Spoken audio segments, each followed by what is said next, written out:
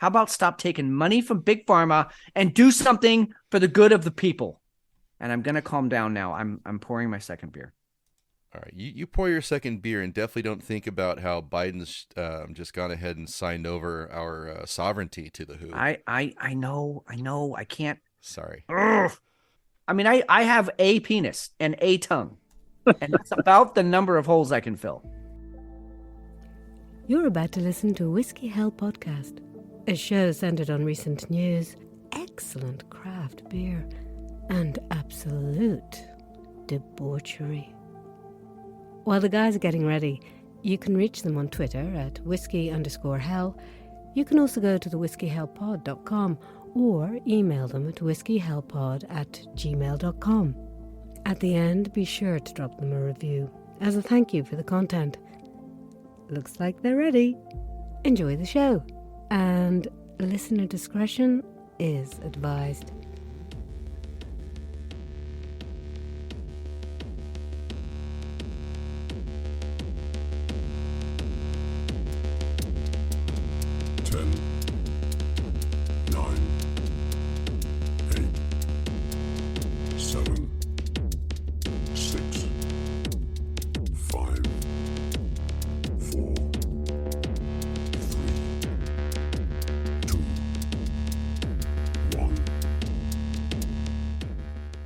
Saturday night, 8:03 in the evening. This is the news. We are Whiskey Help. Fitz, as we like to tell the ladies, we got a big one. we got a Goliath. I believe you named the doc Goliath, and I'm gonna speak for you. I'm gonna speak for Hefe, and I'm gonna speak for myself on this one. We like it big tonight. We like it really big, really deep. We're gonna take some deep dives here, ladies. So I think we can safely call this a ladies show, right? We've got enough lady fans out there. They're gonna like it because they like it big, deep, hard hitting stuff. It's ladies' night, and ladies, you get in for free tonight. How about that? I want to know at the end of their listening to the show, whether they were how excited they were, how there's no way I can take that without being really. I was like, really where's he going with this? So I just let us know what the earthquake results are, the earth-shattering, shaking experience is after you've climaxed this show. Yeah, I mean, I heard something a long time ago as a as we all were at one point, a much younger man. And I read something. I believe I was in college at the time because I don't know where else I would have gotten my hands on a book like this. But I can't tell you what class. I can't even tell you what book. But basically, I'm sure there was a lot of good information in and around this one statement. But all I read was that the same areas that activate a woman's sexual desire are the same areas that get lit up when you make her laugh. And so I have dedicated myself, and I think mostly on this show, we reverse engineer that. And if we can make you laugh, ladies, we're hoping that other areas get lit up for you. So again, there was probably other things in that book that were of value, but that's all I took from it at that time in my life. So here we are. So with that, we have probably 25 different topics and 55 articles. Yeah. The doc that we were working with here is almost, it goes into a third page. So I kind of tonight, Fitz, I want us to reaffirm that our goal is to talk about the narratives, not to convince anybody of this is how you should be taking things, this is how you should be thinking about things. Sure. But it really is all about absorbing everything that's going on and picking out what the most important things are and what the truths are for yourself. Where's the truth? It's always in the middle, right? Yeah. So there is so much that's happened this week that we we want to go ahead and hit a lot of these things, but there's one big one that we think is probably, if you're going to try and bury a story, you make all these other things, all these other issues like the Chinese Yuan, becoming a reserve currency possibly. Yeah. You have protests. We've got ecological clusterfucks. Oh yeah, Trump indictment suddenly comes out. Yeah. Yeah, Uh, that was it wasn't going to happen, then it was going to happen, then it wasn't, and then it did. yeah. So we've got all of these things, and I'm kind of gonna bury the lead. We're gonna ramp up to that. That'll Yep. probably be that's gonna be the big topic. Yep. And if you've been following us this week especially, we've been all over this. But there's been a lot, and there's a lot that can kind of deflect you or turn you, keep your attention. Yeah, When there's a lot of when you go to the county fair, a circus, a magic show, they all three of those areas, they all use Yep, misdirection. They they yep, they want you looking at one thing while something else is while they're prepping for the next thing. Um and they do it with lights, they do it with tricks of hand, sleight of hand, they do it with, quick explosions. And I want everybody to really take a breath and realize that that is also what's happening right now on the world stage, that there are tricks of light going on and sleight of hand type stuff. And we are definitely, as Whiskey How, we are committed. We're not here to tell you what to think, but we definitely want you to be able to discern what is opinion and what is fact. And it's tough these days, guys. So believe me, this is all McShane and I are doing all week, and Hefe. I mean, he's jumping in on the conversations as well. This is all we do all week, and it's still fucking tough. So we're gonna do our best. We're all in this together. I'll tell you that much. I'm thankful for all that, and let's just hold each other's hands a little bit tighter this week because it's a doozy. so what beer are you gonna use to get through this first part of the show? Oh, dude. So remember how I did that series a few weeks ago with the ciders? I had three ciders from Bend Yeah. Cider, and I really liked having sort of the compare and contrast from week to week, and Okay. just sort of having one thing to look forward to. So I found another series that I'm going to be doing over the next 3 weeks. Um, Tonight is Volume 1. This is Breakside. This is Breakside Brewing. They're from up here in Portland. This is a barley wine style ale. It's called Life, and this is Volume 1. So it's a 9.5 percenter. Okay. Life is our love letter to malt. For each volume of Life, we work with grains from a different maltster. To learn more about this project, go and click on it with your phone. So anyway, this is Life Volume 1. And I just was really intrigued that they did three different malts, same base beer. All the other ingredients are the same. They just kind of tweaked with the malts a bit to get a different flavor out of each one of the beers. So like I said, tonight will be Volume 1. And then next week I'll do 2. And then the following week I'll do 3 to kind of round it out. There's 3 volumes of this thing. So I'm really excited for this. My mouth's already watering. You and I are both big fans of barley wine style beers. We got hooked on Arrogant Bastard, which I think is more sort of put in the category of an American Strong. But either way, Yeah. those are all kind of in the same category, same flavor notes, same attempt to get alcohol in your stomach. So anyway, let's take a sip here. Gorgeous website. You guys can go to Breakside and Mm. check it out, and they've got a whole site just dedicated to life. So it's pretty neat. Yeah. Okay. All right. Right off the top, and I of course this is like duh, but this very malty, very caramely, very smooth. Not It doesn't hit you in the face. There's some booze back there. I mean, it is a 9.5 percenter, but it's not overwhelming. It's just sort of lingering there in the background. I almost said in the bathroom. That's creepy.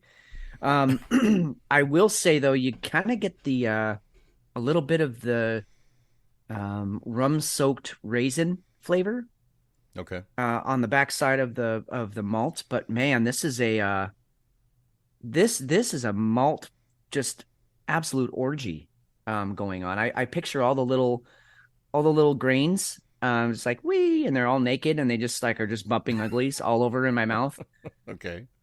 and and then boom, there's an explosion, and I'm the beneficiary. I just hope I don't get pregnant. That's all. Well, let's try to avoid that. I mean, but today it's 2023. Men can get pregnant now, so it's That's cool. true. Yeah, I was gonna go someplace that I'm not gonna go now. So, McShane, what are you drinking this evening? So I have a new brewery that's I've been latching on to here. It's called Two Tides, and this is actually a collaboration with Sand City. I've never had Two Tides until this No, weekend. me either. I actually had one of their a it's a dark lager called Garden of Evil. I had that last night, I think. Really, really smooth beer. But this one is called Don't Cross Me. It's a double IPA and it's a hazy. Ooh, ooh. Yep, don't cross it. Ooh. Ooh. McShane's gonna be throwing hands by the end of the night. I can tell already. So yeah, this is an angry beer. A lot of the hazies, you usually get like a sweet finish, right? You get that hoppy, Yeah, a smooth, sweet right. hop. That's not this.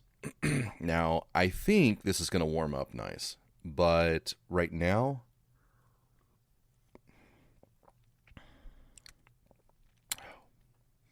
I mean, it's good, but it's not like the IPAs that I was having a couple weeks ago from toppling Goliath. I think that was Yeah, yep, the brewery that I had. But yeah.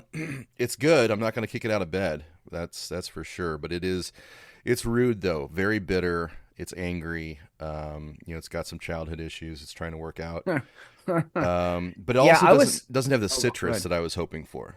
Okay, yeah, yeah. I'm with you. I like my IPAs to be more on the citrusy side, less pine, Yeah. more of the orangey, lemony. I was expecting exactly what you're describing from your beer. I was sort of expecting from my beer. Huh. And I just on the flip side of that, because sometimes barley wines can just be, in your face with a baseball bat, Right. and this one just isn't. I will say though, as much as you don't get the booze up front and in the mouth, it's you feel it down the back of your throat. My everything's kind of warming up inside. I just took off my my hoodie. I'm starting to get warm here, so I might need a sweat rag, a drip How's cloth. how's the sugar content in that one? Is it a really sweet barley wine? Well, I think that's where I'm getting the rum soaked raisin flavor Okay. from, because it is pretty sugary, but it's not sweet. It's sugary, not sweet. Does that make sense? Yeah. like Yeah. like you can have like a chocolate chip cookie that is just it's not super sweet. It's just a chocolate chip cookie, and this is kind of, I don't even know what that means, dude. I don't know what I'm talking about anymore. I'm a fucking idiot. But this isn't too sweet, although I am getting that raisin flavor on the end. All right. Well, what if what we're what does set that up, mean? It's just a cookie. What does that mean? What that's You can quote me on that, by the way, everybody. It's it's just a just cookie. It's a not cookie. it's not sweet. It's just a cookie. What the fuck is wrong with me? Dude, it's been a week. It's been a week. I Real quick, because Hefe's gonna come in here, and I know we have a shit ton to get to. Can I Yeah. quickly tell you something weird that happened to me today? Because Yeah. I would like it documented for posterity. Yeah. Absolutely. And this doesn't happen to me very often. Now I've known people who, in fact, you met one of my friends who has the Santeria very strong. She's creepy with it. She literally has dreams and feelings and can like tell the future for people. Okay. That's not me. I don't have that kind of a. At least I don't think I do. I haven't up to this point. But earlier today, a buddy of mine needed help moving his gun safe. This is the third time we've moved this beast because well, long story, but he redid a room in his house. He moved the gun safe in there, but then his mother is having health issues, so he's going to move her into his house. So he has to move the gun safe out because that's the room she's going to be in. Okay, that all being said, so I'm driving over to his house. He's literally 4 minutes from my house, 4 minute drive. So on the way there, I'm jamming to my music, and I just had this thought.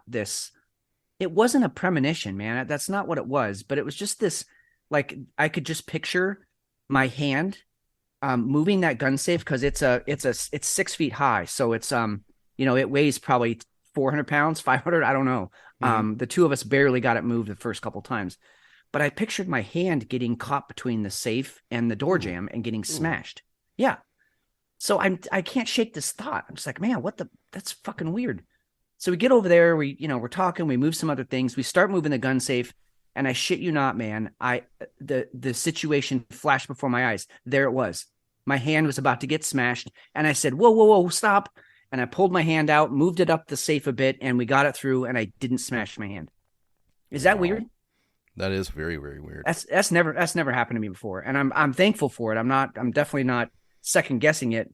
I don't know if that's like, I guess an overinflated instinct or something. I don't know, but I could not shake the thought. And then all of a sudden, bam, it happened just the way I was seeing it in my head. It's weird. Huh. So anyway, I am no alcohol, no nothing. Nope. I've been sober as a judge all day. So was he. So I don't know, but I have all my digits. My hand is not broken. It's fully functional, and yeah, good to go. I don't know why I felt like I had to share that, but it was just so weird to. And so then I told him about it, and he's like, dude, that's trippy. And I'm like, I know, right? Like, it's just weird. I think you're going to have a new career as a prophet. Ooh. Now I could get into that. Do I get to wear like a robe and necklaces, and do I get to have a harem? Absolutely. Yeah. What I'm envisioning is you in robes, right? Maybe some gold, like inlaid robes. Can they be black? I want them to be black, but with gold. Yeah. Yeah. Okay. You can do that. Okay. And then you have this Hefe and I will travel with you. We'll wear purple robes though, so that you're still standing out. I see. And Hefe he'll man the harem. He'll make sure that they're ready for you, and he's the harem herder. Yeah, yes, you're the harem herder. Well, dude, you're the bookkeeper, you're logistics guy, right? You manage all my appointments, all of the press. I'll sell releases. the tickets. I'll sell the tickets, and then they'll come into your tent, and then if they're really cute, maybe you guys hit it off. I don't know.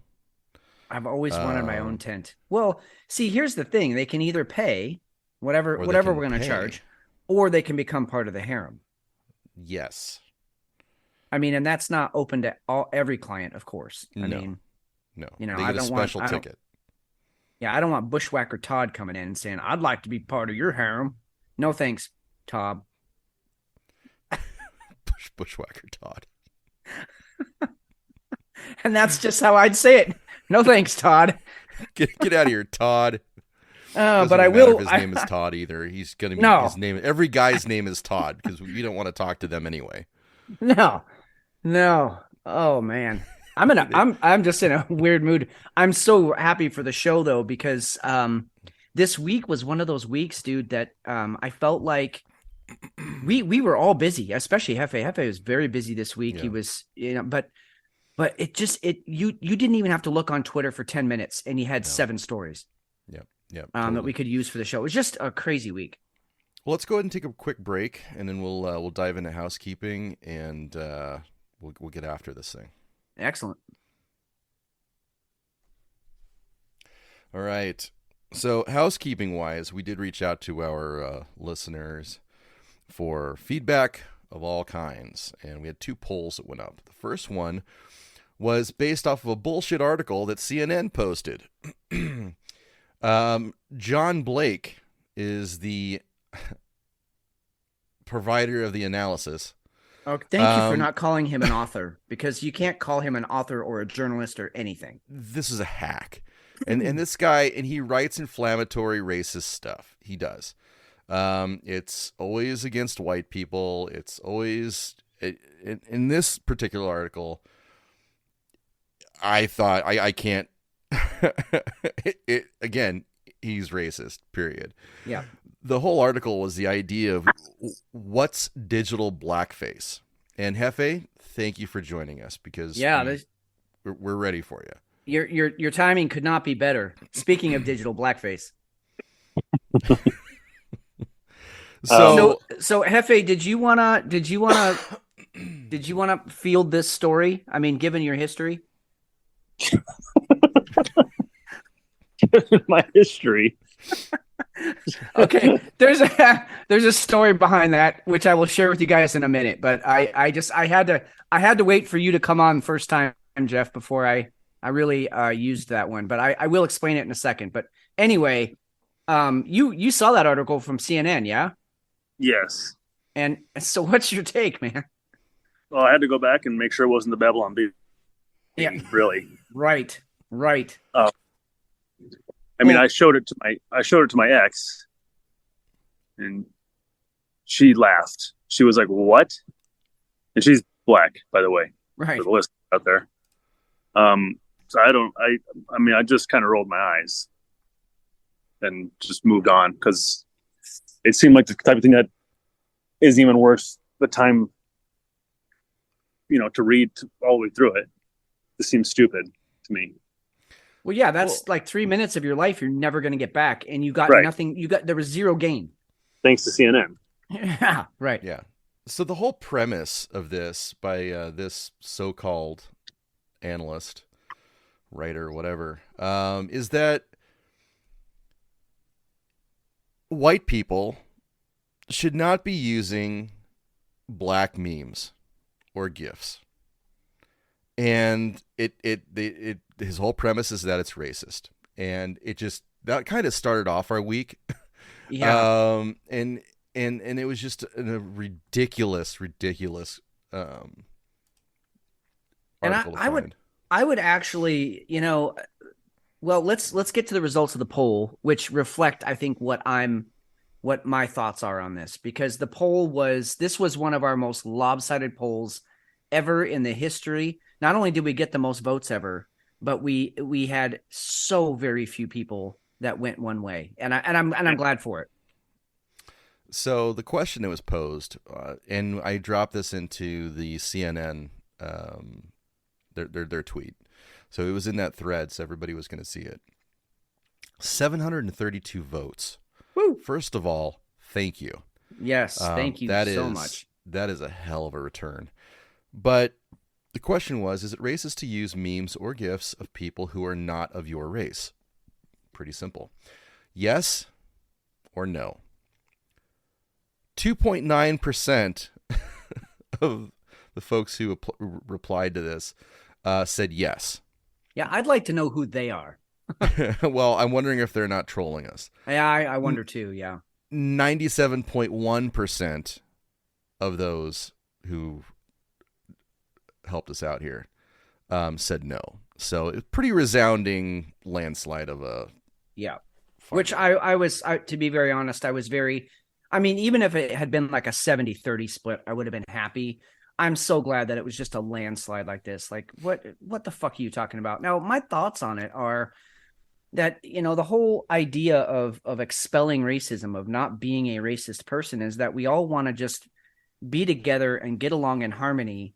And basically what this author, I'll say, this person who wrote this article is trying to say is that it's racist for me to want to admire somebody for their facial expressions or their comedy, or that they made a point. It's wrong for me to admire that person in any way if they don't share my skin color. So in order for us to all get along better in society, I have to not admire somebody of another race, and I can't use anything that they said or done because that's somehow racist. That's my take from all this, is that you're further dividing us, dude. And maybe that was the point. Again, we were talking at the top of the show about looking past opinion and trying to get to the facts. And maybe that was the point of all this, is to try and further divide people, because I can't see an article like this bringing people together in Kumbaya. It only further divides us, and it's ridiculous. And CNN should be, quite frankly, they should be ashamed of themselves. This is awful, awful journalism, if you can even call it that. They're just looking for clicks? Probably. But even, I mean, you're selling your soul to the fucking devil, CNN, for clicks. Exactly. It's not worth it. I mean, you don't even.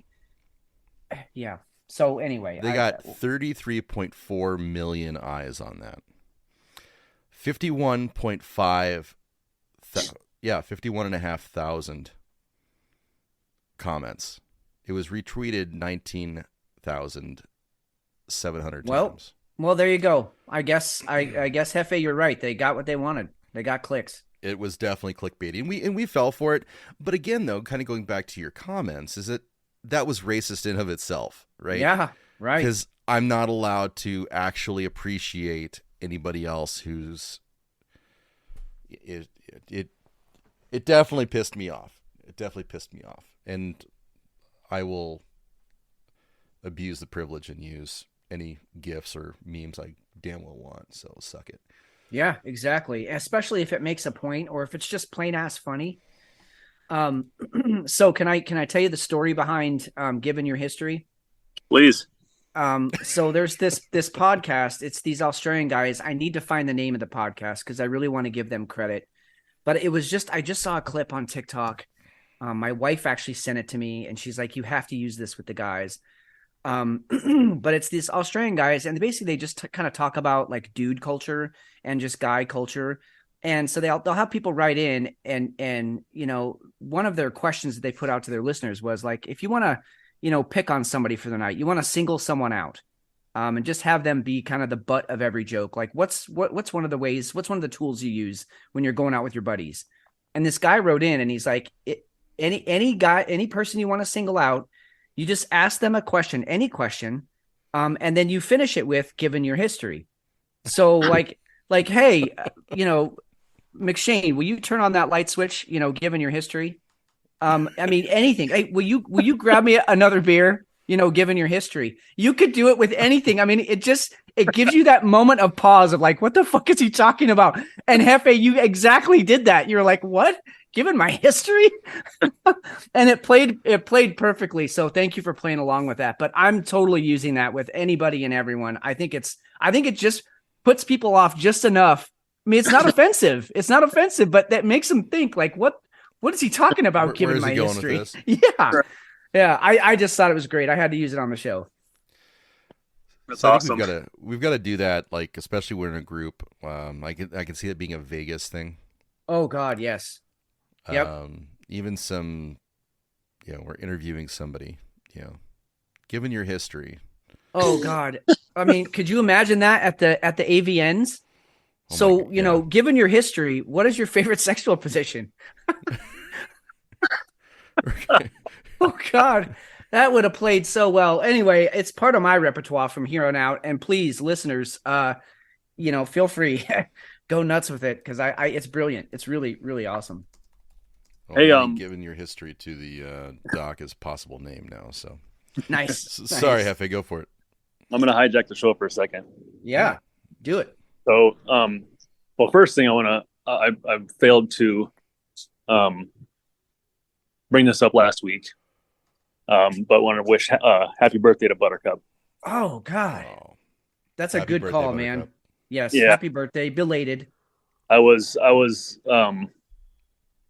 well, I don't know. I was absent-minded last week because I actually told her I was probably going to do it and then just fucking completely whiffed. But happy birthday, Buttercup.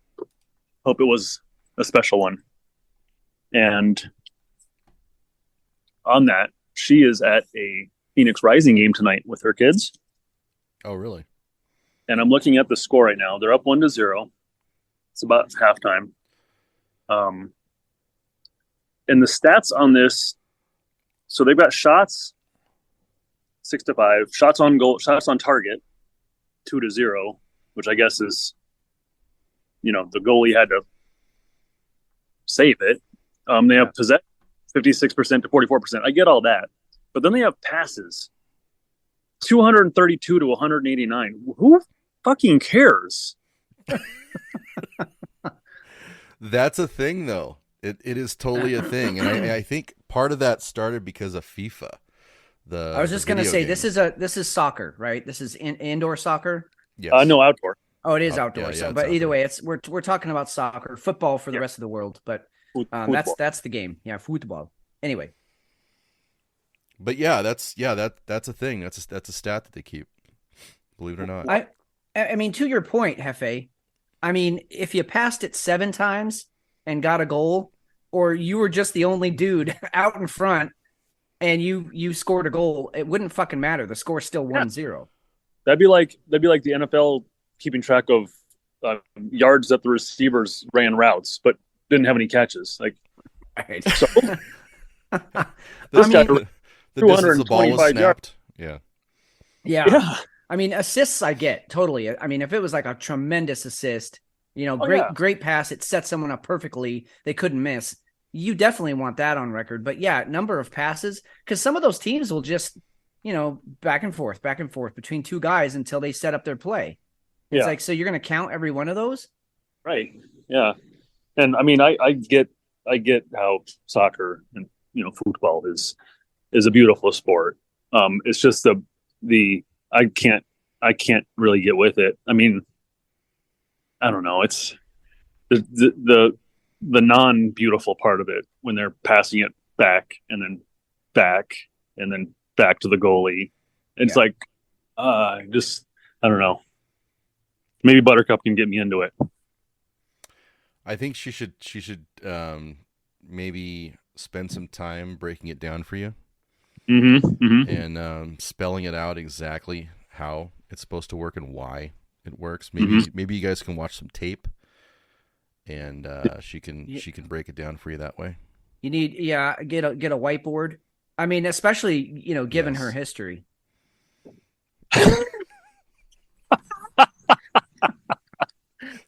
You were sitting on that one. Oh, it works every time though. It just works. It does. Oh shit! Good times. That was nice. Nicely done. Thank you. I will. I'll see myself out now. That's the show, everybody. All right. Well, we're just gonna get into some of the other news. How's your night? How's your night going though? Everything good? Up on the up and up? I'm still standing. Yeah, I've made.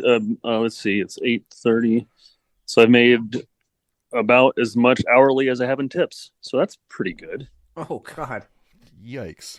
But it's still early. We'll see. Does it go up in Easter weekend for you guys? Not really. No, it's just another. It's like Christmas. It's like sometimes we get hit hard. But there's other times when we don't. It's just hit and miss.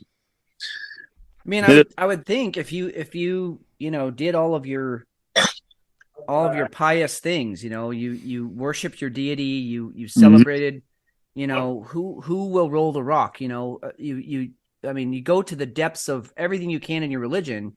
You would think that it would be nice payback if you went down to the casino and he gave you a couple of hands in your favor. Yeah, I would think that. I totally think that. I'm gonna head back in. All right, man. Well, we'll see you on your next break, dude. All right. Well, let's go ahead and get into some of this. Let's right off the bat, everybody in the Midwest. Oh, if you've gotten through the last week unscathed, holy shit! Congratulations. Yeah. That was tornadoes. That was some scary stuff, man. I was in our group text. I was talking about it. Tuesday? I think I was on it because I started seeing some of the, I'm just a weather nerd, and I started seeing some of the projections. Some of the models were we're looking at, and it wasn't just the tornado threat, which was, of course, that is the most deadly, but they were talking about these squall lines, these things called derechos, um, storms moving 70 to 80 miles an hour. So, I mean, you're not even talking a swirling tornado of death and destruction. You're just talking about a wall of wind and rain and hail moving at you at 80 miles an hour. I mean, most people have not even driven that fast. I mean, in all seriousness, most people have not gone over 80 miles an hour. That's fast. And then that was weather coming at you that quickly. I mean, there's reports of people. One farmer in Iowa, I saw the interview. Damn it, I should have pulled it for the show because he's classic. But he's just out there. He says, one minute I'm out there, doing some stuff with the cattle, and all of a sudden the cattle start getting real fidgety and really, jumpy. And I knew something was coming, and I hustled into that barn with every one of the cattle. I was just one of them, and boy, did it hit me just like in 2 seconds. I mean, it just crept up on him and hit him. He had to use the animals to know it was coming. So scary stuff. Yeah, it really is. One city, I think it's about 6,700 is the population. Amory, Yes. Mississippi, gone. Yeah. Just Gone. leveled. So I hope everybody's staying safe. Don't you got to take this stuff seriously. Yep. If you hear tornado Um, warnings, if you hear the sirens going off, get the fuck inside and get down low. I mean, come on. Look at it looks like God just raked his lawn, Yeah. and this town got in the way, and he just raked it into a big pile of shit. Yeah. These pictures, these are actually from Raw Alerts. Not sure where he got them from, but this is actually it's video from a storm chaser named Jordan Hall WX. Yeah. Yeah. At Jordan Hall WX. But it's just, I mean, it's total devastation. Yeah. That, No, you that's don't. You what it don't. is. I mean, you see that kind of a picture with the cars on top of a heap that used to be a house or maybe a business. I Right. mean, you don't go in there and find your family photos. You know what I mean? You don't go in there and find, your diamonds that your high school boyfriend gave you. Everything's just gone. The one I think probably the most chilling footage I've seen in a long time came out of that the tornado that hit Rolling Fork, Arkansas. Or I'm sorry, Mississippi. Wasn't it Mississippi? Yeah, I think so. Maybe it was Arkansas. Shit, I don't know. Anyway, Rolling Fork. And these people they weren't storm chasers. They were just kind of like trying to get something on film. And you could literally see headlights from cars swirling around this tornado. Yes. That was bone chilling because if the lights are on, that means somebody's in that goddamn car. And that one was a monster. That was a huge storm. None of these storms, I think the biggest one was an EF3 that they recorded, but there were, as far as the last count I heard, there were 67 tornadoes that touched the ground in that outbreak yesterday.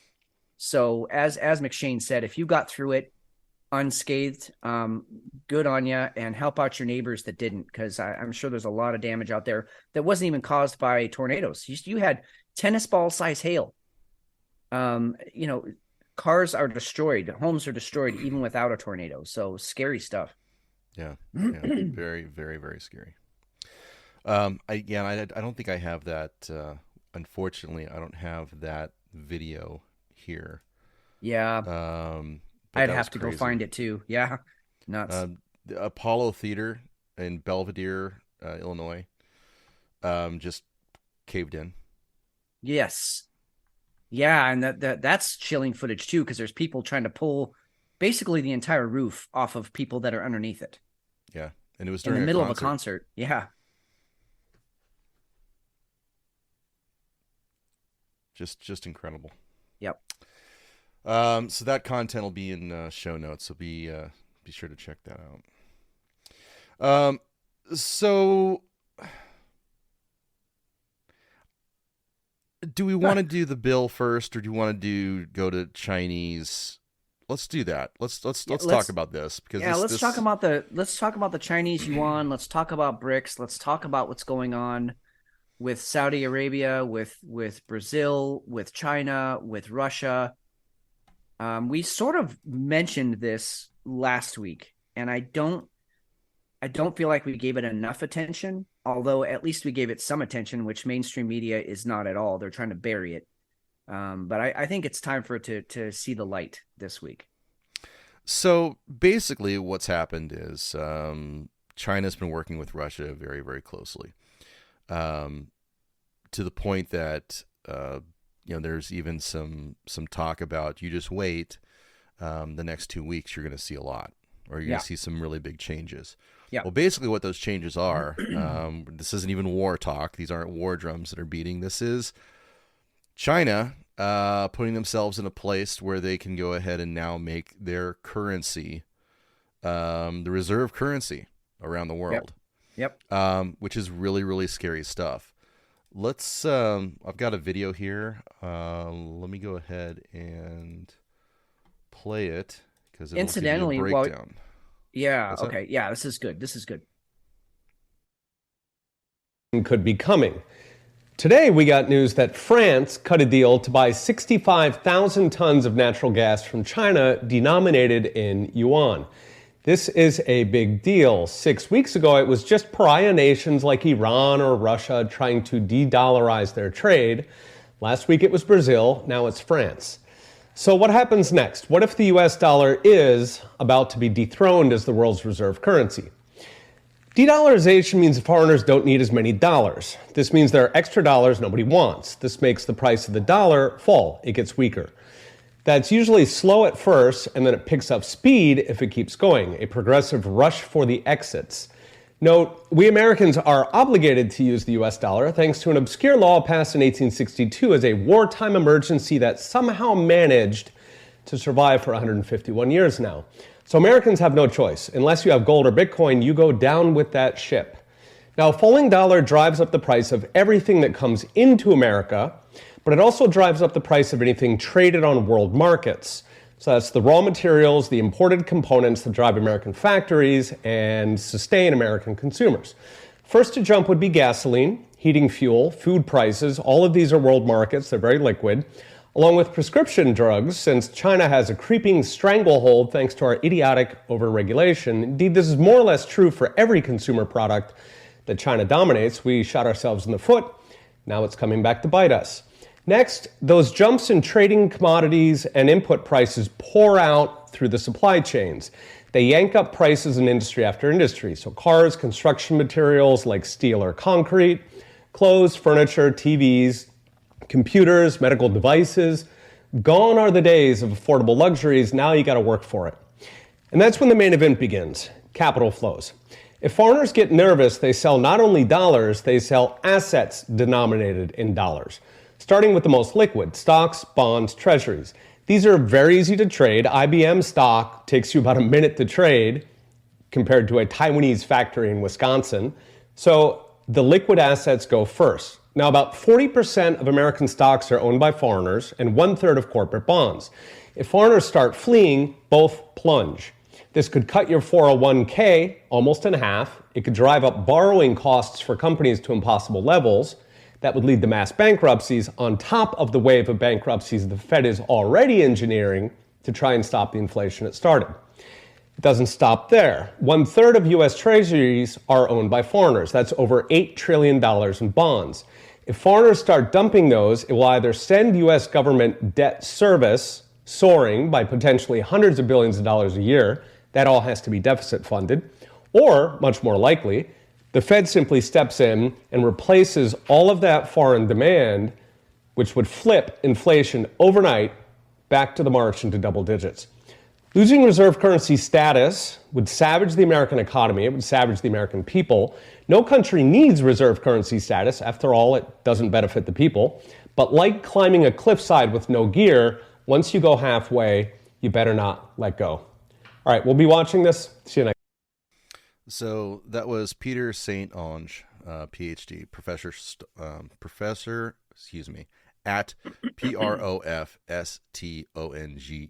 on Twitter. I'm not sure I've ever heard a person's voice that so perfectly fits what they look like. Like all of you listening out there in podcast land, whatever you think he looks like, it's probably exactly what he looks like. I mean, his voice fits him so perfectly. I just had to throw that in there. That's Anyway, what he's saying though, and all kidding aside, what he's saying is very real. It's very scary for any of us out here in the working class, the people out here, the working stiffs that are just trying to make a living and put food on the table. All of that he just said is it's coming to fruition whether we like it or not. And there's been some other pieces even since that video was made that have started to fall into place as well that only back up what he said. There's nothing going the other way right now. And that really goes along with how we've treated the world. Yeah. Right. Can you blame them?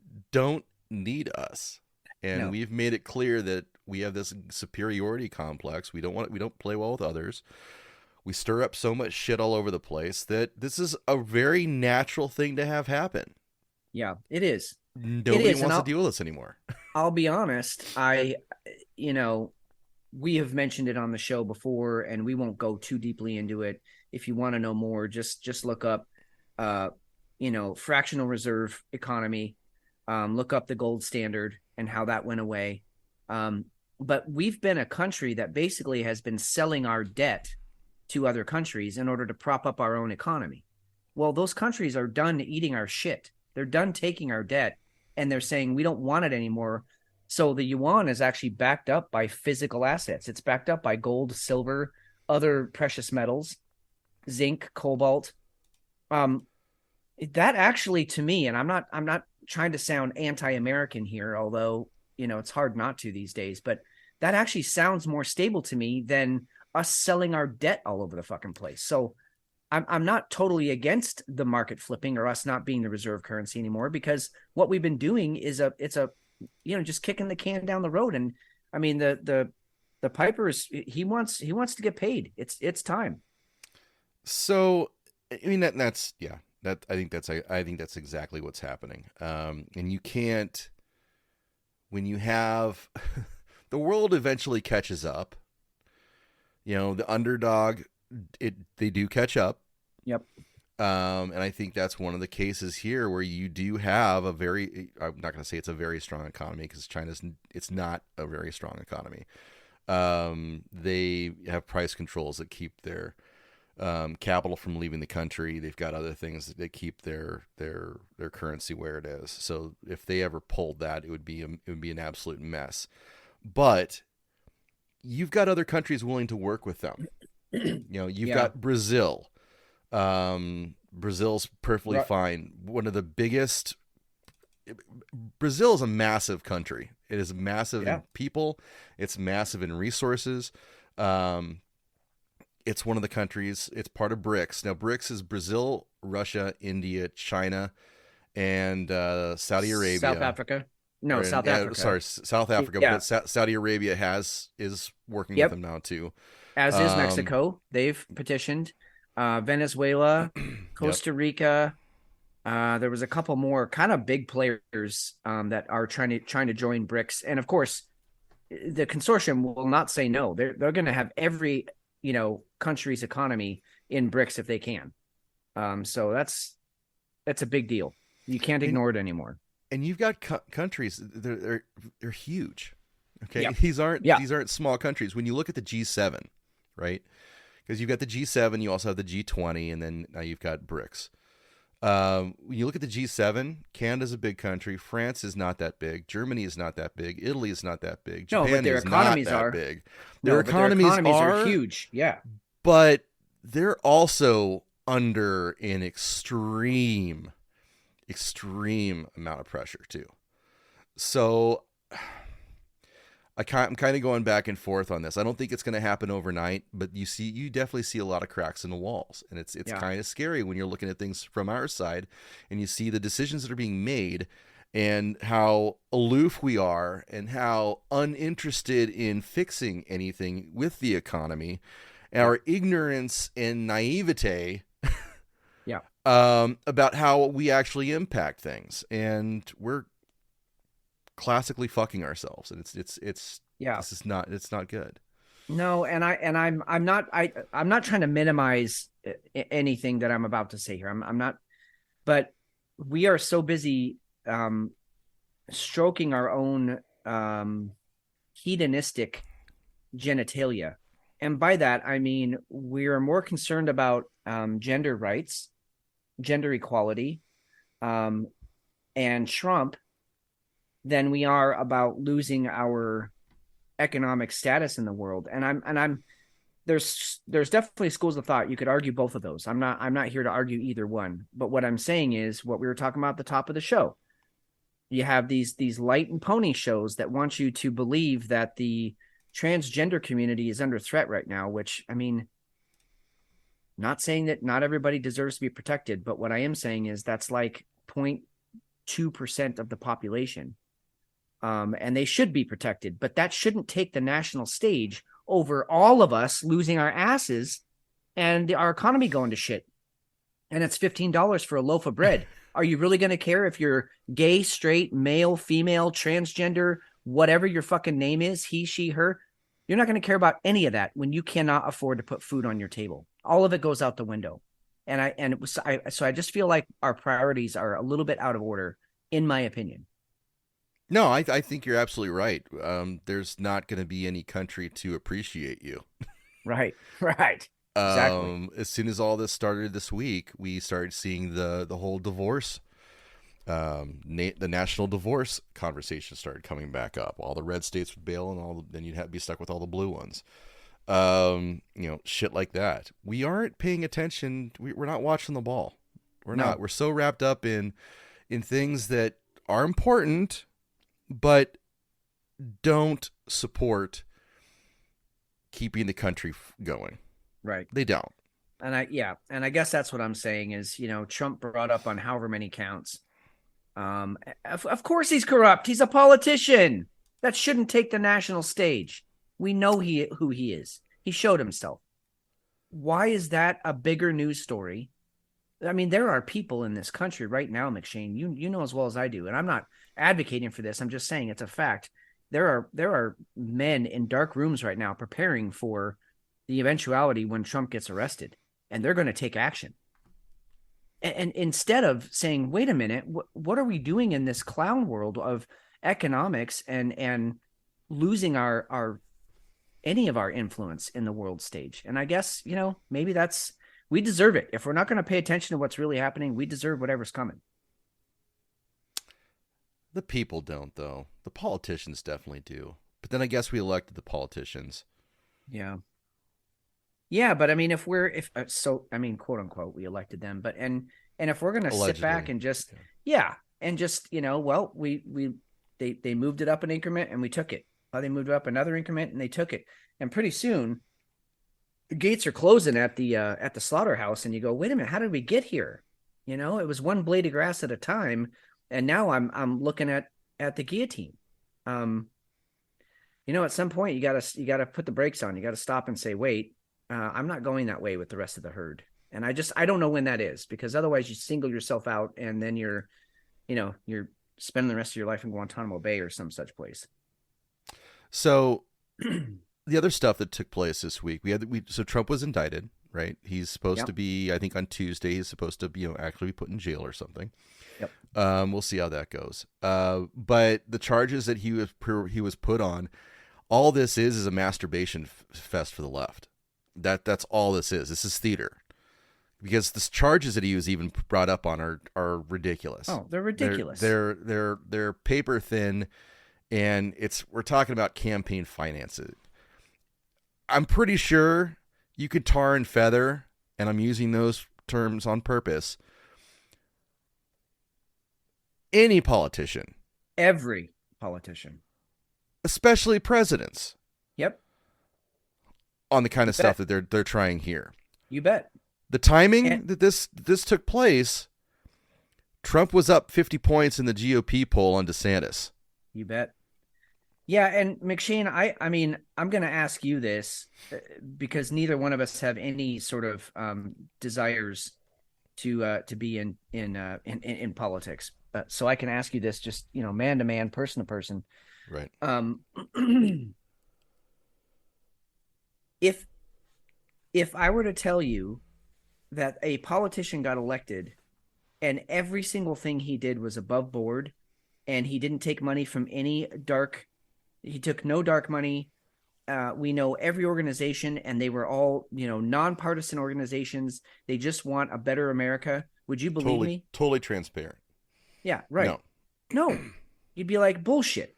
Dig deeper because you missed something. We all know it's happening. Yeah. So I guess my point is made. We would all call bullshit if you just said, no, this guy is white as the driven snow. No, you just haven't gone far enough. I do have a breaking news story. Is now the time? Can I break this? Yeah. I realize that it is April 1st. So I'm just okay. Michael Jordan has just been added and activated to the Charlotte Hornets roster, effective immediately.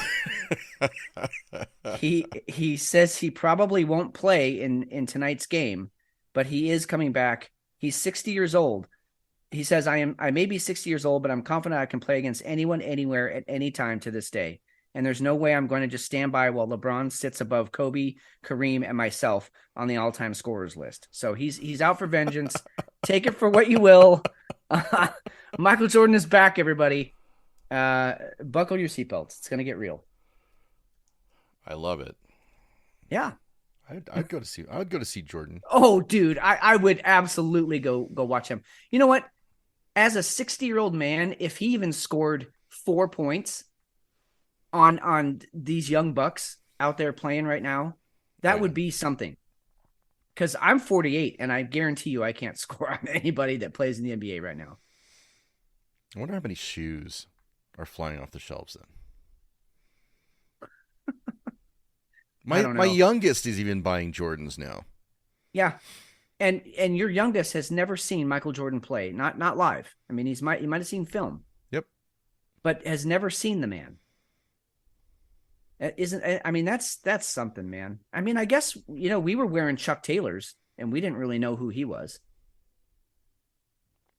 Yeah. I don't know. Crazy.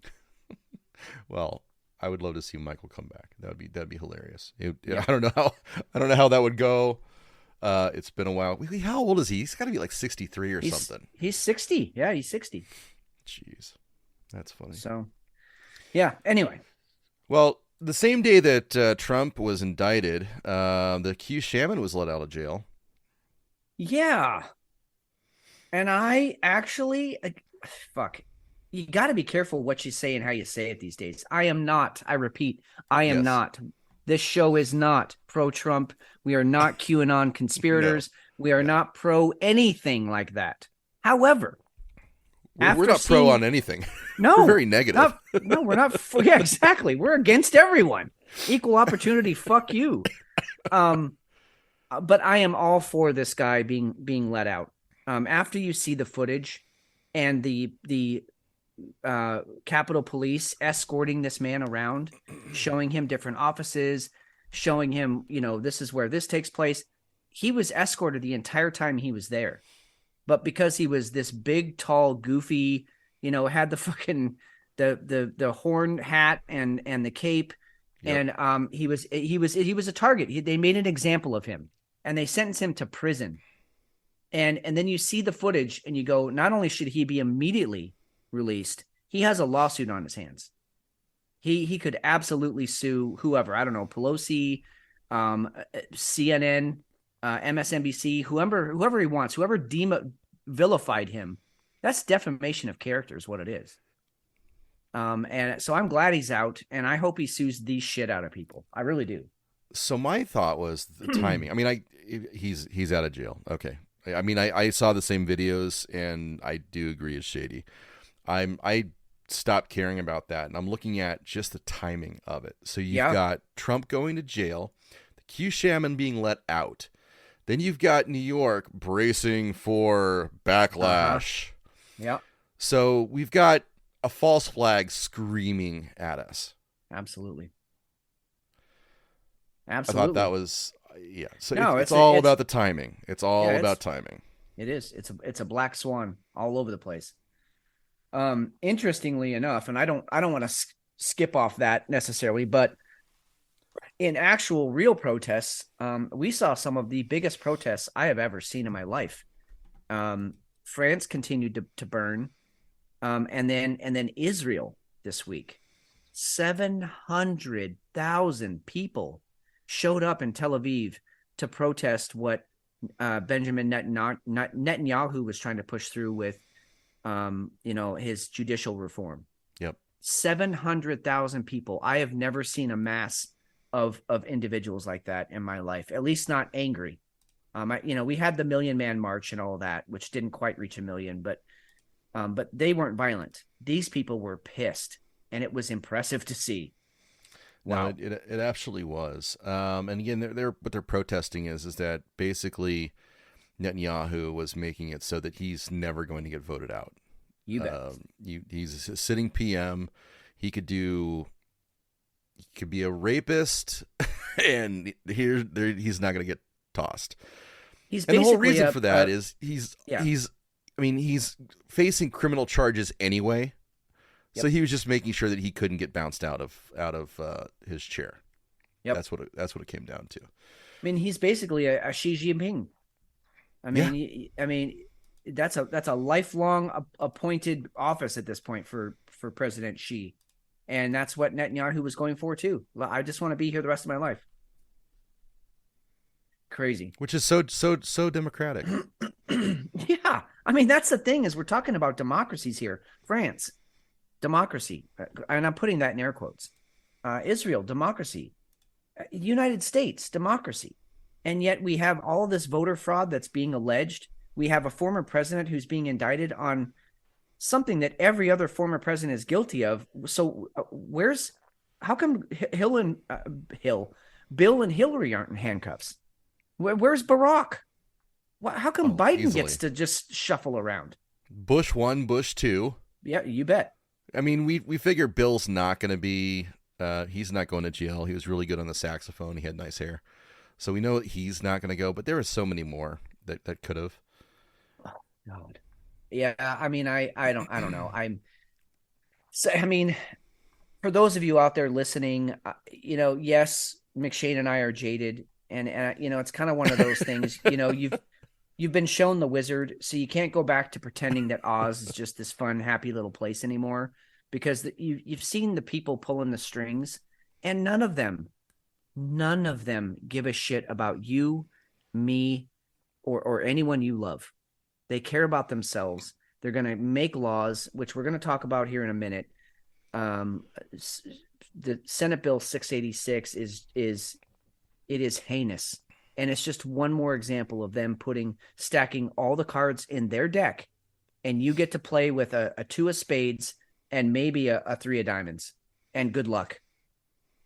It's sick. So yes, if you're getting a little bit of our our sarcasm seeping through, it's there, and believe me, we say less on the show than we want to.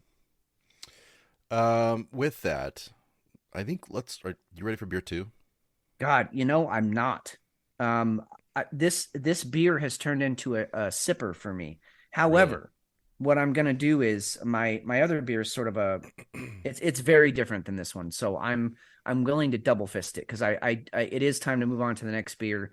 I can enjoy these for the rest of the evening. There's no problem there. So yeah, let's get to beer 2. I'm kind of excited for my next one, so let's do it.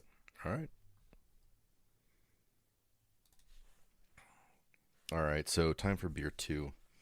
Fitz, we've never talked about this. What do you do to cleanse your palate? 2 things.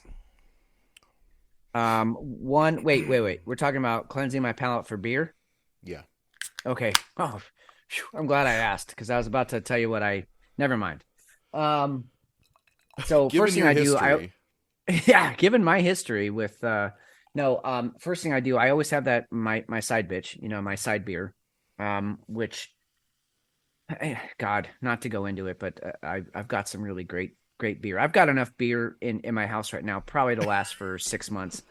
Um, and I got it for such an amazing price. How could you not? But anyway, so I've got my side beer that I use to sort of palate cleanse. But then on our break, when we go get our second beers, I will usually rinse my mouth with water. Okay. Some nice cold water.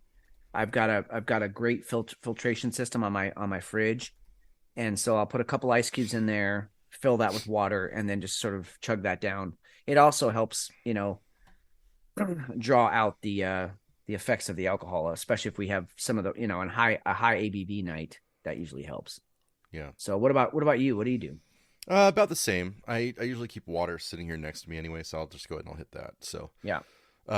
So yeah, we don't just dive in to the next beer. We usually go through and do a little palate cleanse, and then we dive in. So Yeah. And I apologize. I know I sound a little off tonight. I'm getting over the COVID again. So Yeah, you had the Rona. I did. I survived the Rona again. It's pretty amazing. Yeah. Yeah, I've only had it once, but from what I understand, every time you get it, it's a little bit easier. It just it goes by faster and the symptoms aren't as harsh. Yeah, because wait for it, my immune system is ready. Wow, what is that? You mean natural immunity? Huh. Natural immunity. It's a crazy Weird. thing. I know. Yeah. We don't even have that on the docket, but did you hear the WHO now is highly recommending that children under the age of 16 do not need to be vaccinated? That is a complete 180-degree flip. Jesus Christ, you fucking morons.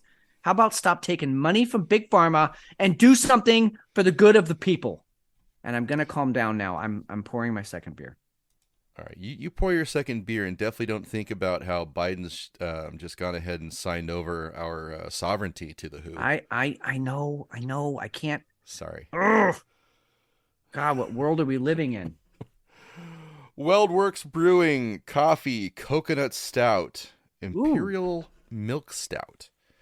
Hey, that is my second beer here.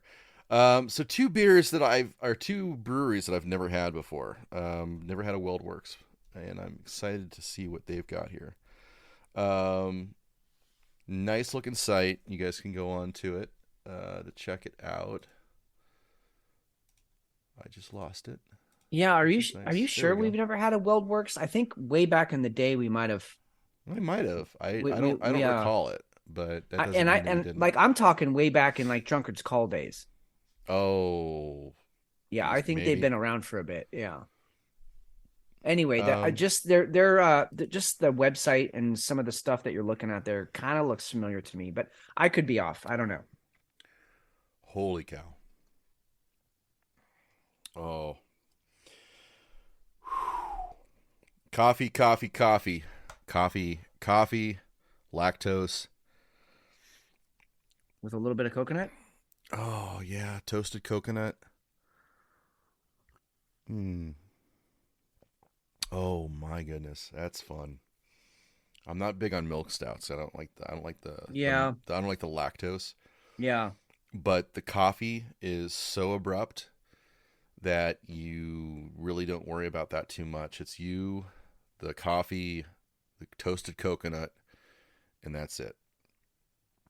Wow. I'm going to get a headache from this. Fuck. Oh shit. It's that's always bad when after the first sip you're like, "Man, I'm fucked." And you're going to finish it. It's not you're going to hold back. Not at all. Interesting combo there, the coffee coconut. Yeah. What was your second beer? My second. All right. So one of my favorite, and I'll say newer brewery, although I say that they're new to me, not necessarily new to the scene. I don't know how long they've been around. But Threshold Brewing. And I believe, they've been around for a while. But the reason I say that they're one of my favorites is because they kind of have the complete package. And stick with me here. First and foremost, they make really good quality beers. Their ingredients are always top notch. Their recipes are always in balance. You never get overwhelmed by anything they're doing. They keep their shit fairly simple. I mean, they don't try and, you're not going to get the banana, coconut, strawberry, pickle juice, sour from Threshold. You're going to get a solid stout. You're going to get a solid IPA. Right. And they're just going to do it well. So anyway, and then on top of it, I cannot get over their artwork. I don't know who the artist is making this art, but it takes me to another. It's like fantasy art. It takes me to another place. I want to read. I want to read the book that this artwork is on the cover of. You know what I mean? Like I want to be in this scene. But anyway, this one is called Neptune, and it is their Baltic Porter. Oh, nice. So nice. It's a 7.5%, which is a perfect Baltic Porter. You don't want to go super high ABV with the Baltics, and you certainly don't want to have it be a session ale at 4%. It's got to be in that 6 to 8% range, and you nailed it. So anyway, this one's 7.5%. It's their Baltic Porter. There's no bells or whistles. It's just a straight up, dark beer, and I can't wait.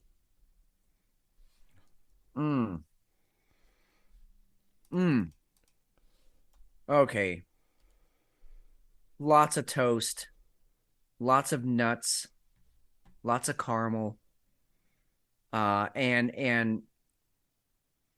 any and all of that can be taken as sexual as you would like, because this thing is just absolutely going to take me to bed.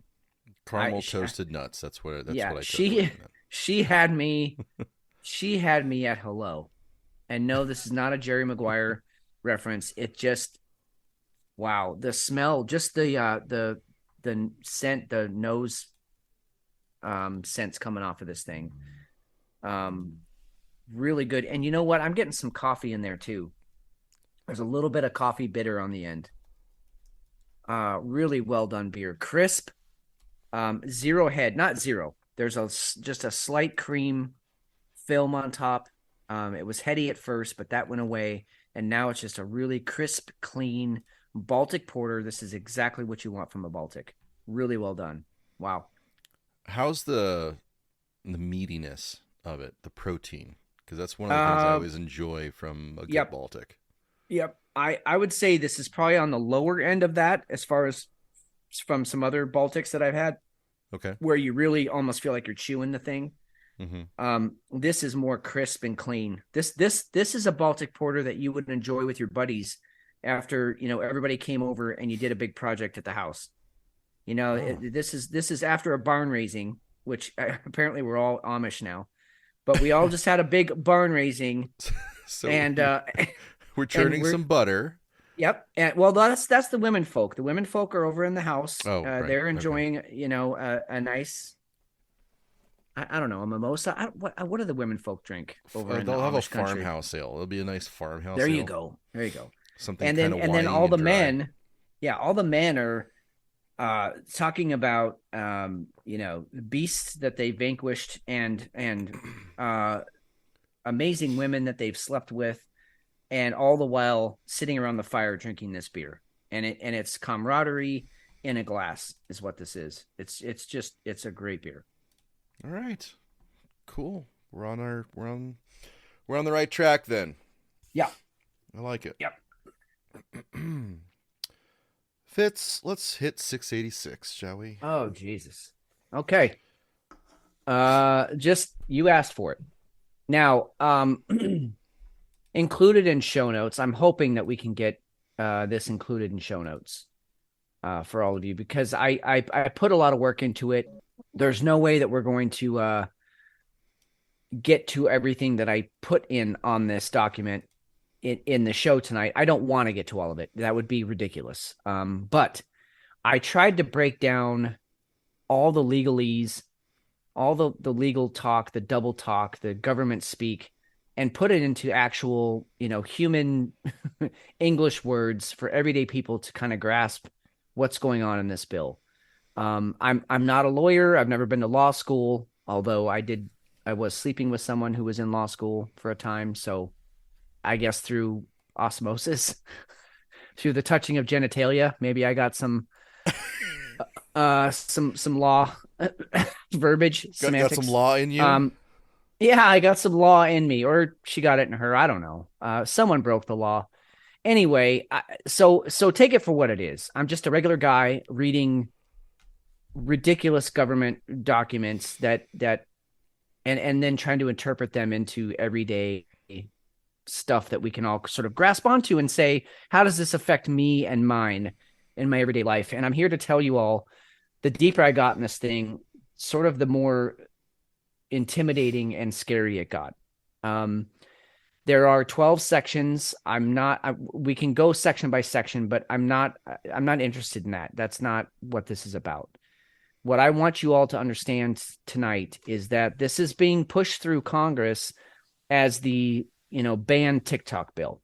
That's the big headline, right? They want you to be afraid of TikTok because TikTok is owned by a foreign entity, the Chinese government, and they're getting all of our information.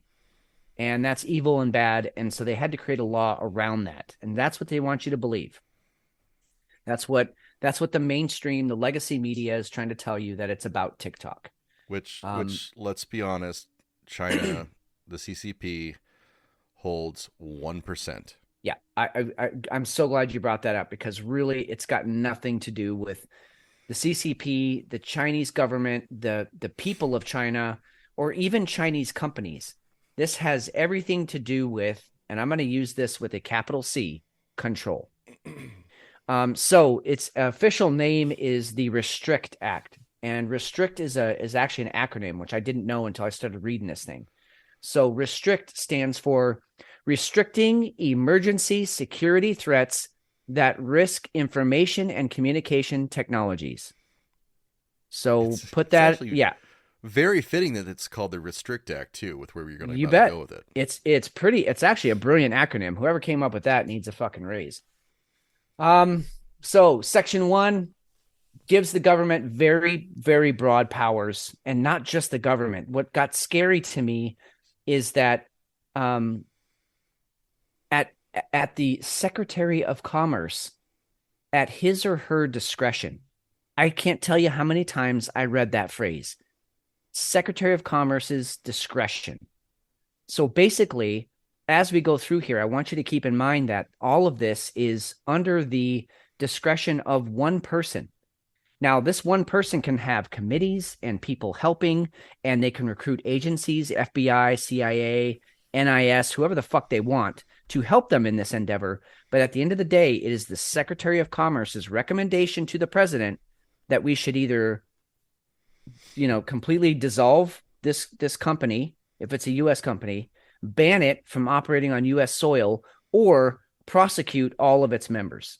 And then the president can decide from there. But believe me, if they're getting this recommendation, you probably know where the president's going to go with this. Didn't they also have a communications department that was supposed to be created because of this? Okay, so I'm getting to that. Okay, sorry. All right. No. That's great. Just remember that. Just put that in your hat.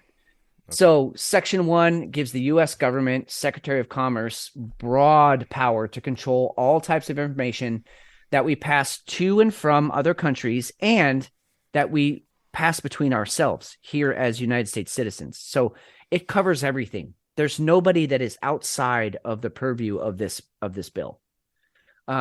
It also imposes very harsh penalties for anyone who tries to subvert or circumvent those powers. Section 2 basically defines all the terms that they're going to be using from here on out. So they, what is a transaction? What is discretion? They just define everything. So I'm not going to go into that. You can go look it up. It's dry as fuck. Section 3. This conducts a risk analysis of what transactions they can actually investigate. And believe me, as you go through all of this, it gets scary. Right now, the list is of known entities that we want to be afraid of: China, Cuba, Iran, North Korea, Russia, and Venezuela. What's scary about this section is at the end, they say, at any time, at the discretion of the Secretary of Commerce, at any time, this list can be redacted. It can be added to, it can be taken away from. Now, the process to add somebody to this list is very easy. The Secretary of Commerce says, we think there's some shady shit going on down in Mexico. They need to be on the list. To get off this list, it takes literally an act of Congress. So you don't need any proof. You don't need any. You just need some person, the Secretary of Commerce, to say, I don't like what you're doing. You kind of have a history of subversive actions against our government, and so you're on the list.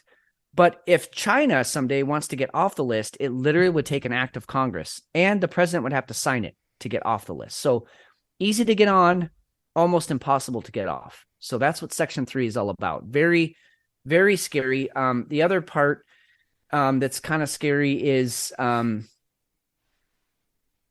gives power to the Secretary of Commerce to conduct these analyses and investigations. Risk assessment will be on anything that can affect national security or anything that can harm individuals of the country, any risk to the democratic process, supply chains, critical infrastructure, or the economy. So banks and Wall Street also fall under this purview. No time period or statute of limitations are on these powers to investigate. So if this bill passes, they can literally go back and see what you wrote on your MySpace page back in the year 2000. And if you said some racist shit, it's public record if they want it to be. Period. You have no recourse. You're just on the bad person list. So, or maybe you just, you spoke out against COVID. Or right. You had an alternate view for COVID. Well, yeah, that's recent stuff. I'm saying you can go back as far as you want. And what's scary too is I get down to, I believe, Section 5. But they can, if a Secretary of Commerce says, you know what, we really need to add this rule to the act, they can add the rule at their own discretion, and then that is post-dated from when they did it. So if a rule gets added in 10 years that you and I we are violating right now, they can come back to today's date and backdate it, and we're fucked now. Very scary stuff. The other thing here, the Secretary of Commerce gets to decide what the public knows and what they don't know about the investigation and its findings. So basically, unless it's already public knowledge, they keep everything private. So you will never know. People will just disappear. Companies will be gone, and you won't know why. Section 4 just reviews the analysis of the holdings, the financial interests or stock options in any of these companies or interests. That one's kind of dry. Read through it if you want. It's not, it's dry. Section 5, considerations. So technologies covered by this act. First, any technology used by one of the above entities for critical infrastructure, so any of those countries that I named, any hardware, software product, or service utilized in any of the following areas. So think about how broad those terms are. Any hardware, so that's your computer disk, your actual laptop, your phone, your PS4. Thermostat, your Alexa. You bet. Any hardware, any software that is on that hardware, and then any service utilized in any of those things. So somebody running a utility company can be sequestered and subpoenaed to be part of a investigation because they're servicing something that was made in China and they're on the bad guys list. So I'm not going to go through all of these. You can kind of go down that list of the critical infrastructure that's there, the tech that's there, which the tech is scary. Wireless, LAN, mobile networks, satellite data, wireless access points, core networks, backend networks, and edge computing. Basically, anything from the beginning to the end of the internet is covered in this. Yep. Cloud services, internet hosting, cloud-based storage servers, machine learning systems, which I'm not even sure what that is. Half the terms in this, I'm like, what the fuck is that? And then also the key one here, content delivery. So any of your streaming services, Netflix, Prime, Disney, whatever streaming service you're using, it falls under the purview of this. So if you watch something that's a little bit too pervy, you're fucked. Internet delivery devices, which are sensors, webcams, surveillance cameras, monitoring systems, security systems. You got Cox home security, fucked. Routers, modems, switches, any data processed by any of these devices. So if you and I are on PS4 and we're playing against some dudes and we say something, we call them a name we shouldn't, whatever that is, you can make it up in your head. That is absolutely admissible in court and can be a subject of any investigation from the Secretary of Commerce. Or by these rules, you don't even have to call them anything. You could just be in a conversation with somebody. Yep. And it's all monitored, and it's all subject to investigation, all of it. Unmanned vehicles, robots, vehicles with lane departure assistance, auto brakes or partial autopilot. So my mom bought a 2019 Subaru Forester. It has all of these things on it. So she could be investigated if she causes a crash, or she could fall under the federal purview here. Services data and products related to any of these systems. So the manufacturing, provisioning, maintenance, or management of any of those things I just named. Any internet connected software, desktop apps, mobile apps, gaming apps, web apps, any website subject. Any AI. Now, this was interesting to me. So e-commerce, that's all subject. Quantum computing, quantum communications, quantum key distribution. I'm not sure what that is. Post-quantum cryptography and encryption. So any proprietary software you are using to encrypt your devices can be investigated and pulled off the public market forever if they so deem that it's a national threat, a national security threat. Or you had some kind of, or you were deemed to be involved in something like that. So, right. Your Bitcoin keys, your crypto keys. Thank you. Yep. All of it. And then this is where things got a little weird for me. So advanced robotics, okay. Biotech, which, okay, that's a really broad term. And then they went into, there's an actual section in there, and I invite any of you to go to section 5 and look up synthetic biologies. They literally start talking about android shit in here. Half human, half robots type stuff. That all falls under the purview of this bill. And I was like, shit, well, okay, if they're going to mention it in this bill, what's going on up there? What do they really have? And then computational biology, which also got weird because they're talking about mapping the human genome, CRISPR, and then what goes on, how they can map what a CRISPR bacteria or virus is going to do to a gene. All of that falls under this as well. If the Secretary of Commerce has any suspicions or concerns about any of these technologies, he can recommend to exclude that technology or information from public use. So like I said, it could just disappear overnight. Secretary of Commerce can also revoke any and all licenses from the FCC or the FTC, so Federal Communications or Federal Trade Commission. SOC can obtain any information in the course of the investigation, very broad spectrum of information gathering and powers for the Secretary of Commerce. Pretty much at their discretion is written throughout the bill. So very scary. Section 6, this is how you designate or undesignate a foreign adversary. Like I said, it's really easy to get on the list. It's almost impossible to get off. Section 7, how Congress gets involved and can vote on these things. Section 8, authority. So the authority afforded to the Secretary of Commerce was in this section. Wow, it's broad. He or she can rewrite, add to, or subtract any part of the act at any time for any reason, and any change can be backdated to any point in time at their discretion. The act can be expanded over time. Secretary of Commerce can carry out any action during their investigation as long as it doesn't break any existing laws. This also excludes and is above Chapter 10, Part 1 of Title 5. This is the part... This can be suspended. The Title 5 was kind of our law Bill of Rights, what we have afforded to us if we are suspected of breaking a law. Title 5 is that Chapter 10, Part 1 is the part that requires minutes and notes to be taken from every single meeting. The Secretary of Commerce can suspend all that. There's literally no public record of anything that goes on in any of these committee meetings. Nothing. And it's written in this bill. So they can talk about whatever they want freely, and you'll never know about it because nobody will record it. Section 9 is how the information can be collected and what kind of information can be collected, which is basically anything. The Secretary of Commerce can compel or subpoena any interested parties in the investigation to share their knowledge, period. And if you don't comply within 15 days, it's instant jail. All info collected, this was interesting. All info collected must remain private unless it was already public. The only way it can be made public is through a judicial proceedings, a court, some sort of court proceeding, or an act of Congress. And even then, all parties must consent to it becoming public. So basically, you're never going to know anything that happens. So it doesn't even fall within a Freedom of Information Act. Nope. You bet. FIA is gone. Section 10, enforcement.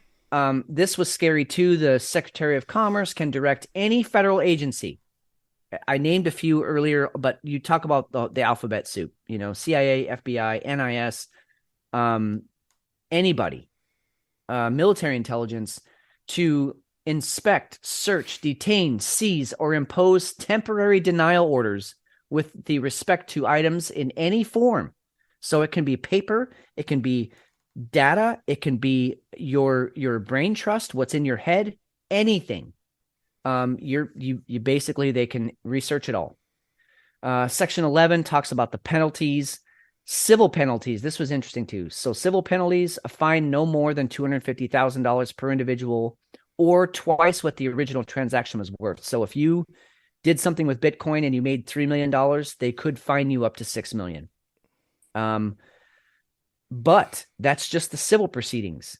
You could also have criminal penalties up to $1 million and 20 years in prison if you violated one of the federal laws that pertains under this act. Now, those are both separate from any other laws, pre-existing laws that you might have violated.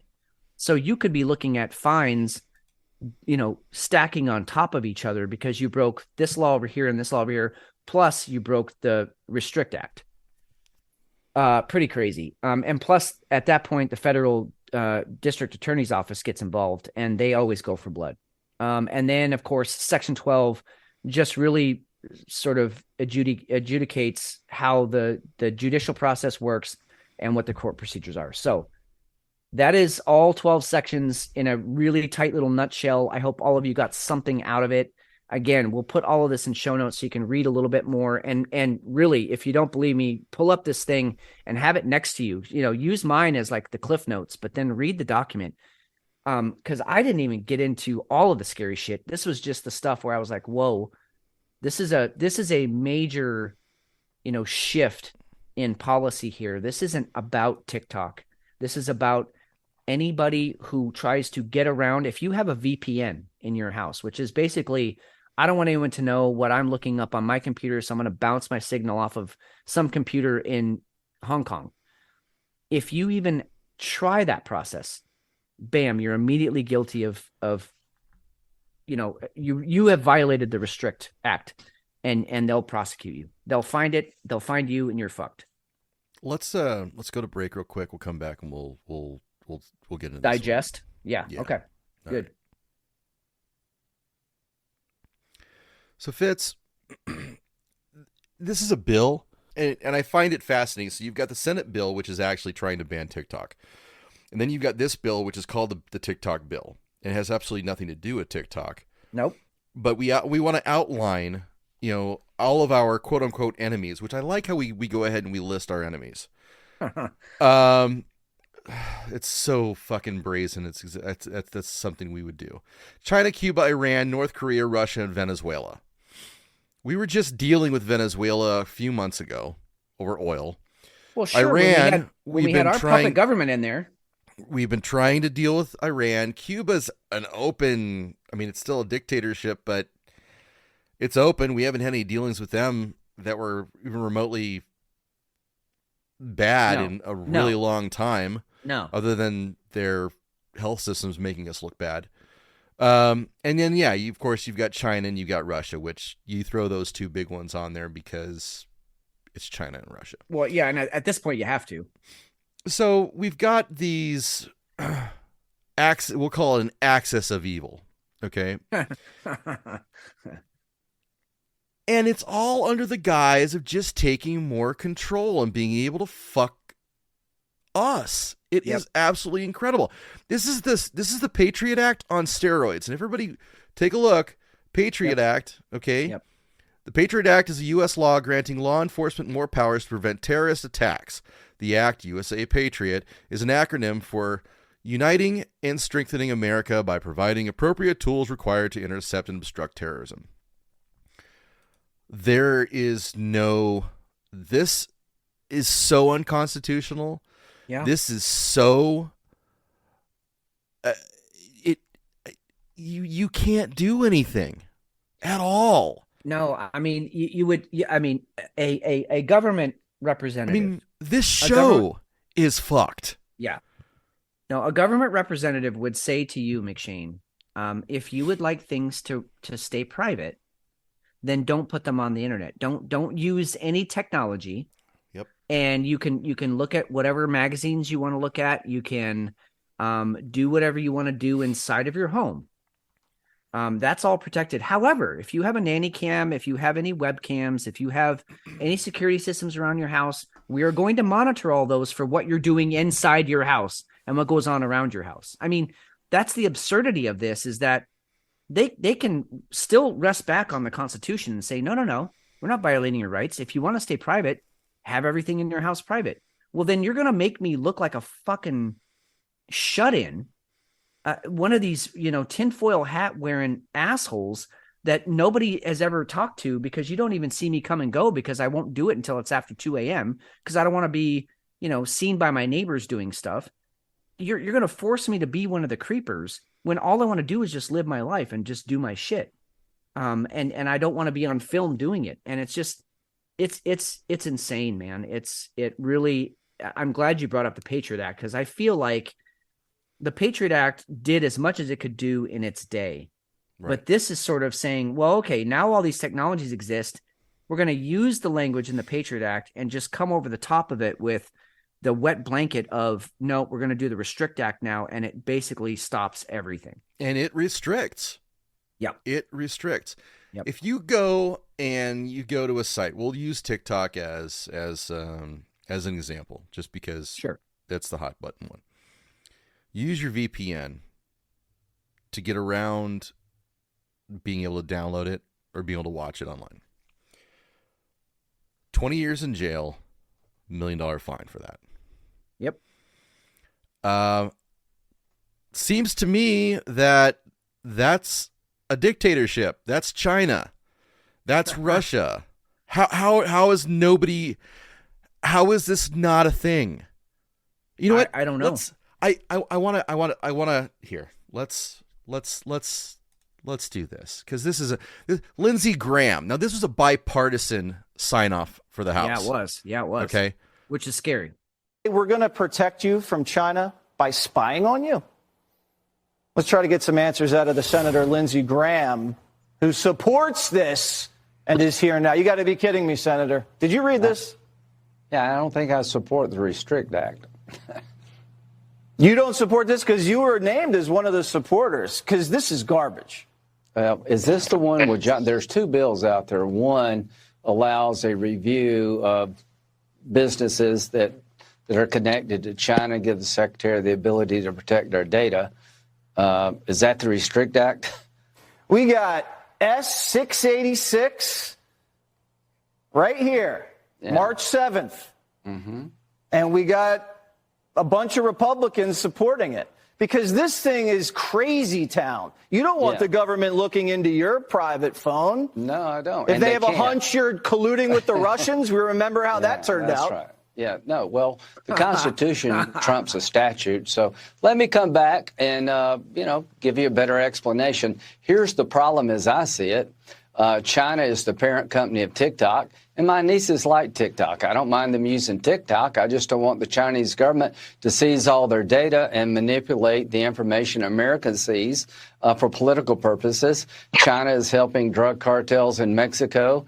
China is not a friend. Chinese espionage is an all-time high against American business interests. So I want to push back against China, but within a constitutional framework. You're right about that. So you made these allegations, and I'll come answer better next time. All right, well, I mean, because on Congress.gov, you're listed as one of the co-sponsors of this thing. Maybe it's like Fetterman when your chief of staff does all your work for you. But, Senator, you got to go back and talk to these other senators about this. Yeah. This thing is nuts, and it's going to get abused like it always does. So we got to clean this up. Can we clean this up? Well, yeah, I mean, number one, yeah, I owe you a better explanation I'm giving you. John Thune's got a bill to make sure the Secretary of Commerce can deal with this, not just TikTok, but the general idea that China. All right, so that's Fox News, and Lindsey Graham's a fucking idiot. Dude, what the fuck? How do you go on Fox News completely unprepared like that? He co-sponsored the fucking bill. Co-sponsored it. I mean, you know what? Good on what's his name? Jesse Waters. The reporter there. Huh? Jesse Waters. That's yeah, Waters. Good on him for being like, what is this, like a Fetterman thing? Because I mean, Fetterman's been in a mental hospital and he sponsored like 8 bills. We covered that a few shows ago. Yeah. Fucking nuts. Hey, Hefe, given your history, what do you make of this Senate Bill 686? I know you weren't here for my synopsis. You'll have to hear it when you listen to the show this week. I tried to go through it pretty quick, but just from what you know about it, what's your take, given your history? Given my history, it scares the shit out of me. It Yeah. should scare the shit out of a lot of people. Yep. It's bad news, man. Good I call. hope it reject it. I don't know. I think I asked you guys, like, how, is this something that is going to get voted on, or is this going to get pushed through, or what? And it's it's a bad deal. It's scary. So and just to confirm, you never went to law school, right? I mean, you don't know all the legalese that they're talking about in this bill, and yet you're scared to death of this thing. Yeah, exactly. And that interview was just a joke. What the fuck are you doing, Lindsay? I hate both of those motherfuckers. I mean, Jesse Waters can go fucking jump off a building. Yeah. But that was like, what are you doing? What the fuck? You're on Fox News. You probably just used to going on Fox News and coasting through. Right. Imagine if your wife came running at you and was like, "You fucking cheated on me. You fucking bastard. I have proof that you cheated on me." And you were like, I'm going to have to give you a better answer than this right now. I'm going to have to get back to you. This might have been my chief of staff. Jesus Christ. What is going on? I owe you a better answer next time. Yeah. Yes, you do, sir. Yes, you do. That guy needs to be put away too. He's awful. They all do. My God. So, guys, that's what's happening. Every time you go onto Twitter, every time you go onto Facebook, every time you go anywhere where you're exchanging data. You're on Kik, you're on WhatsApp, you're on Signal, for God's sakes. That's what we use. Anything, your data can be held against you. Which I think now it can still be, but there's a hell of a lot more effort that has to be put in. There has to be wiretaps. There has to be... Yeah, a judge has to write off on somebody it has to sign off on it. There has to be a case. That's not what we're talking about here. And especially when you think about with AI and quantum computing coming on so quickly, things get very easy. Well, and I will say this as a side note, and I know we've got like 70 more stories we want to get to tonight, but I will say that they briefly mention e-commerce, and you kind of brought it up too, McShane, about Bitcoin. Let's put this all into context of what we know is coming, which is the FedNow program, which is already in process of being downloaded and implemented. It's supposed to officially go online April 30th, but the FedNow program, which is the Fed's way of introducing the CBDCs. So all of that falls under the purview of Senate Bill 686 of the Restrict Law Act. So you can't.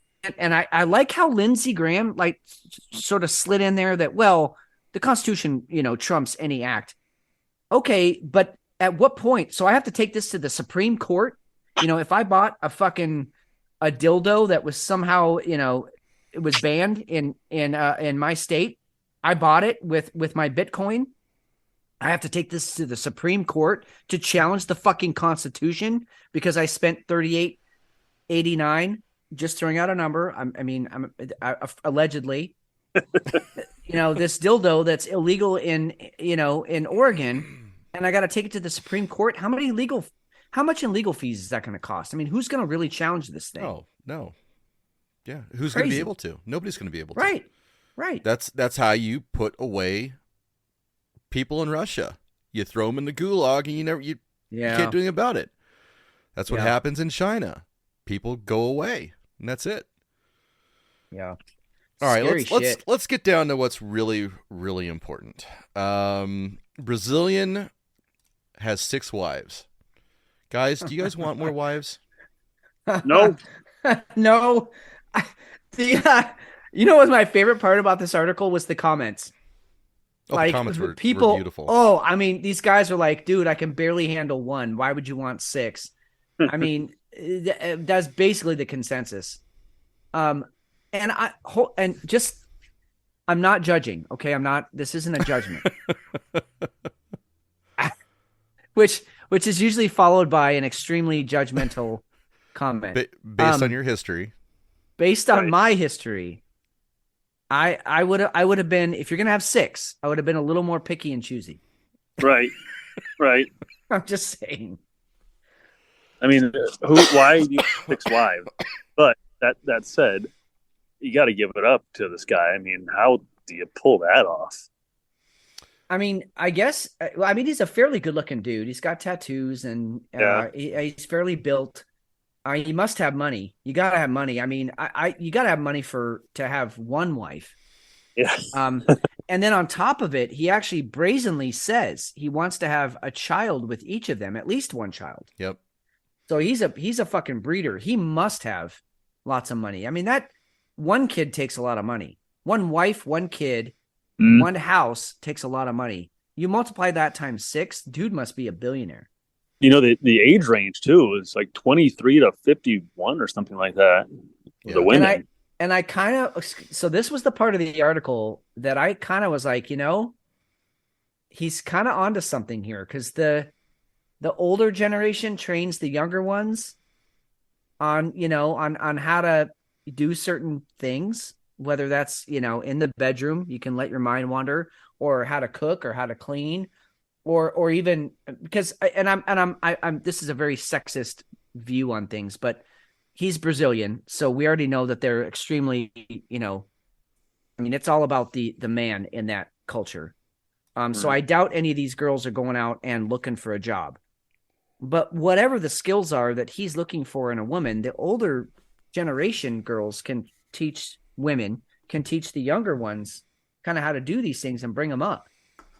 Well, in this relationship, there's one woman, the one who he's actually married to, Urso, is the queen of the house. So she's the matriarch? nothing happens unless she says it's okay. She has to approve of anybody who's coming in, anybody who's going out, and they've kicked some women to the curb too, apparently. But the only one he's actually married to is this chick Urso, and like you were saying, she makes sure the house runs. I think like the first, of course, every guy, like our head goes to, okay, like what do you call? Is it a 7-some? You got a 3-some, a 4-some, a 5-some, I guess a 7-some. And so all of us go to that. Like, my God, how awesome would that be to have, 6 girls all on you, licking various parts of your body. But honestly, I don't have enough parts to lick. Like, there's not enough of me to go around for 6. I don't even think that would be fun. 2, yeah, 3, Jesus. But you get over that, it's like, what are you? Where? There's too many hands, too many legs, too many holes. I mean, I have a penis and a tongue. And that's about the number of holes I can fill. I guess I got fingers. I don't know. You put a 1 finger in each girl. What do you do? Okay. That'd be hard to do. It would be hard. Some toys have to be involved, right? But if you're making $61,000 a month on OnlyFans, you're perfectly fine. You have tons of time to pleasure everybody. $61,500 per month is what they rake in on OnlyFans. Now, it's $5 Brazilian or real to $1 US. That's the exchange rate right now. Still, if you're making double digits per month, you're doing okay. Fuck this guy. How did he figure this out? What the fuck, man? Why didn't I figure that out? Pretty impressive. Yeah, it is. However goofy, we might think it is, but he's making $750,000 a year. I just wouldn't have the stamina. I guess they have a little blue pill for that. But sure. I just wouldn't. I mean, at some point, wouldn't you just get raw? Like you would just be tired, hurt, sore? Just like at what point do you go, leave me the fuck alone? I just want to play my video game for an hour. You've got toys, right? And the women are obviously at that point they're attracted to each other. The matriarch is approved. I mean, you know what? It takes all types. I say whatever blows your hair back, right? I mean, at this point, how can we judge? We don't know. This dude's making. He had 9 wives, and he had to divorce 4 of them. So he has cut back. What is his legal fees? They're not even real divorces because you can't. It's illegal in Brazil, so it's all just just an agreement. So it's just you kick her to the curb and here's take your shit and get out. Yeah, you Tiger Woods her. You can, Tiger Woods her. You have her delivered to the airport. Oh my God. Hefe, before you go, how's the night going? You getting any good tips yet? No, not yet. Well, I'll tell you. Here's what you say. Your next table, you say, "Listen, Fitz basically says you guys need to tip me. So let's see it." Okay, let's see what that. I can't do any worse. No, tell him you have 6 wives at home.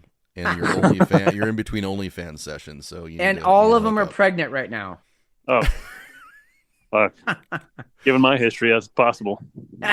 Exactly. Thank you, Hefe. All right, guys. All right, have a good night. All right, man. Later. You too. We'll see you. Okay. All right, let's take a quick break.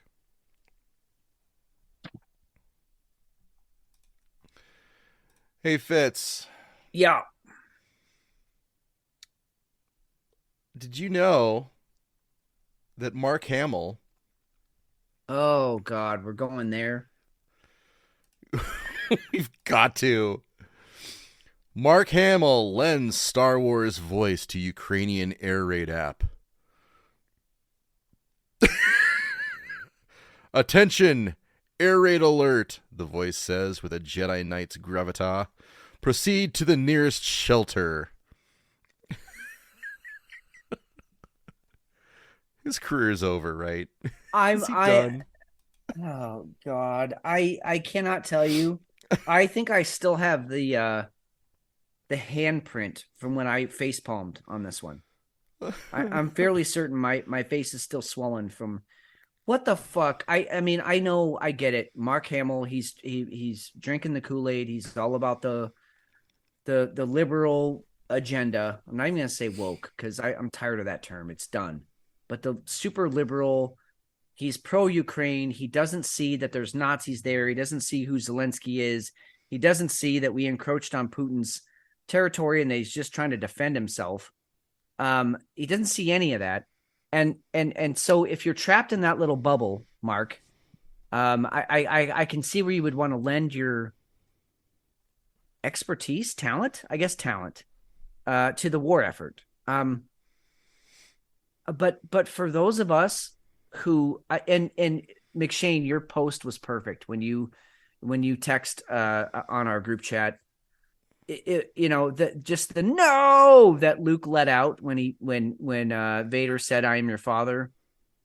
That's exactly what I said when I heard that Mark Hamill was supporting the war effort and lending his talents to this thing. It's just like, no, my groin just screamed at that. Like, if you want to support it privately, fine. Okay, fine. But Whatever. Yeah, you're a public figure. You're a hero to a lot of people. And then you apply it to this. And I guess on some level you have to give him props for just, going forth with what he believes in. But God, man, do your research. Be smarter than that. Like, don't believe CNN, man. God damn. Well, let's hear it. Let's hear how he sounds. Okay.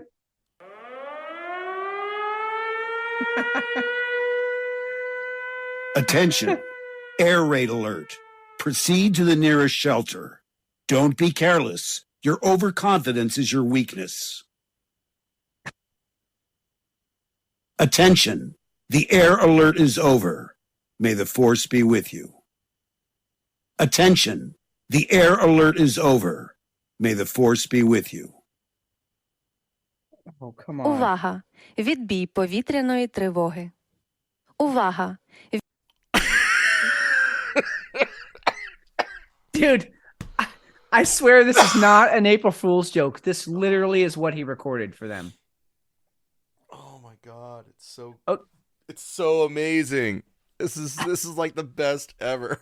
Dude, this is so I want us to remember, we should probably start a doc, because I want us, when we go back and do our 2023 year in review, this is the kind of shit. Oh yeah, this is the kind of shit that we have to review, because this is amazing. May the force be with you. Oh, that's almost I can't even. I mean, honestly, you think George Lucas is going, what the fuck, dude? Like, I gave you a part. You should honor it and just fucking go quietly into the night and shut the fuck up.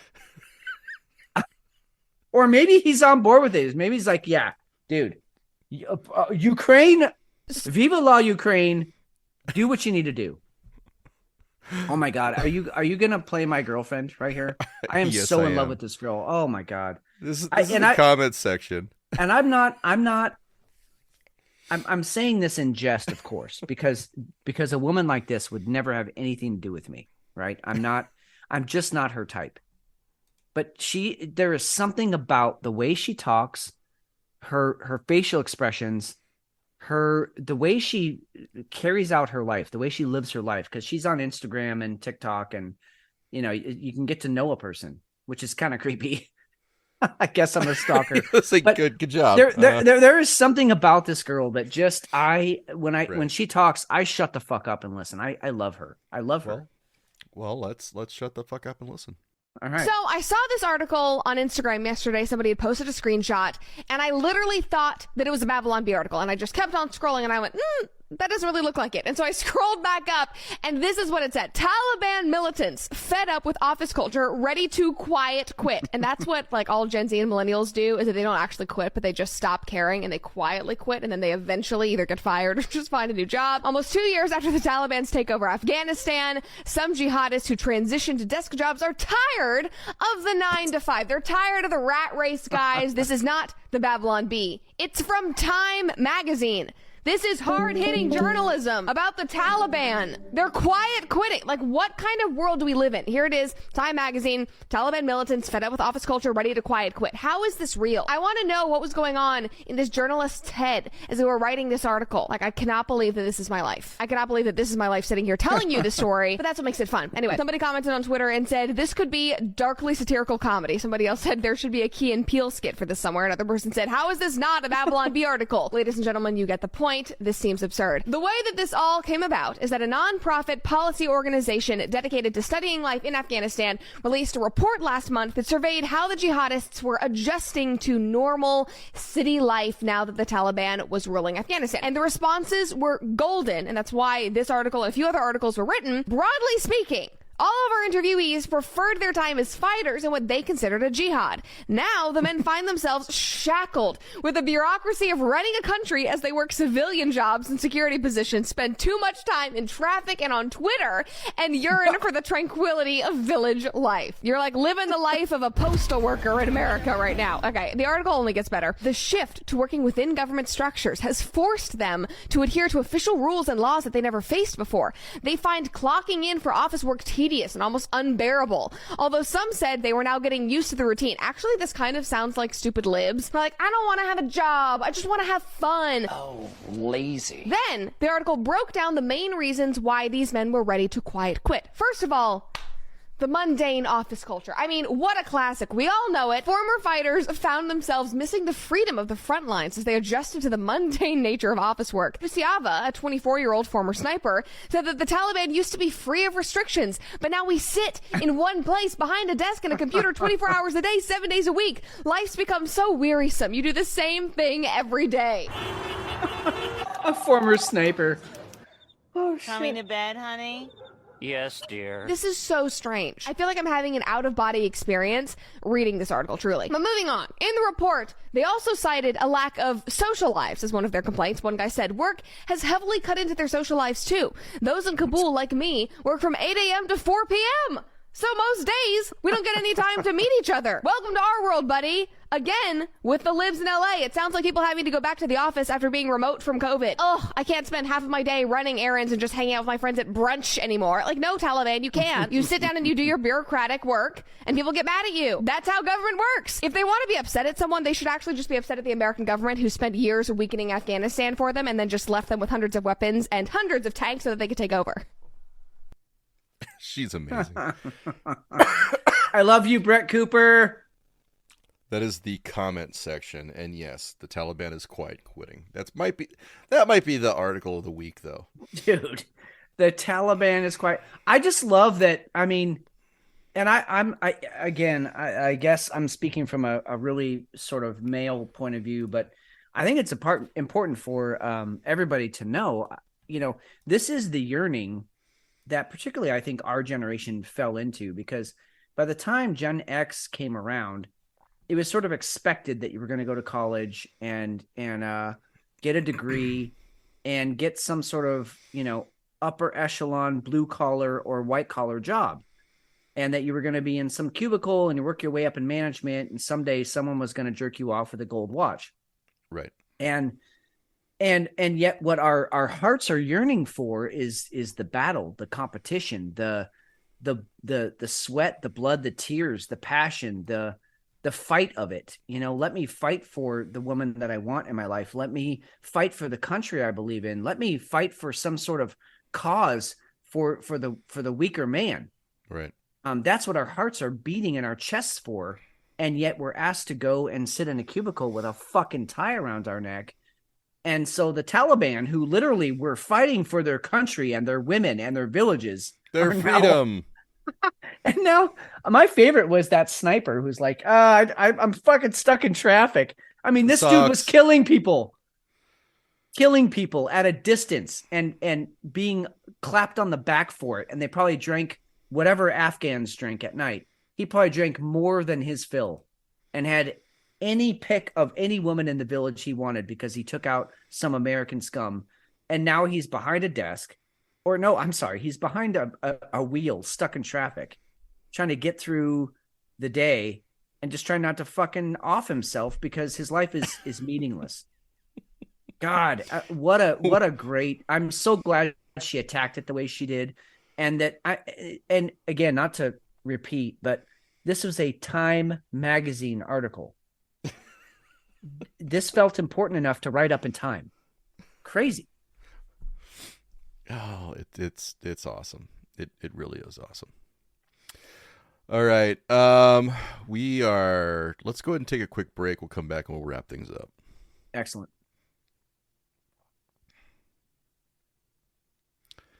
All right, Fitz. There's so much we didn't get to tonight, and I think we're okay with that because we had to hit the big ones. And yeah. I want to go back to one piece of housekeeping that we didn't get to, and I didn't do it on purpose because I wanted to go back to it after we've already talked.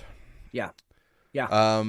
The other poll that we did this week was, with all that's happened this week, and I think this poll dropped on the 29th, so that would have been 3 days ago. With all that's happened this week, inflation concerns and cost of living, Bill 686 allowing government access to all your online information, gun laws being questioned, and that came out after the terrorist assault in Nashville. China working to become the reserve trade currency, as we've already talked about. Which concerns you the most?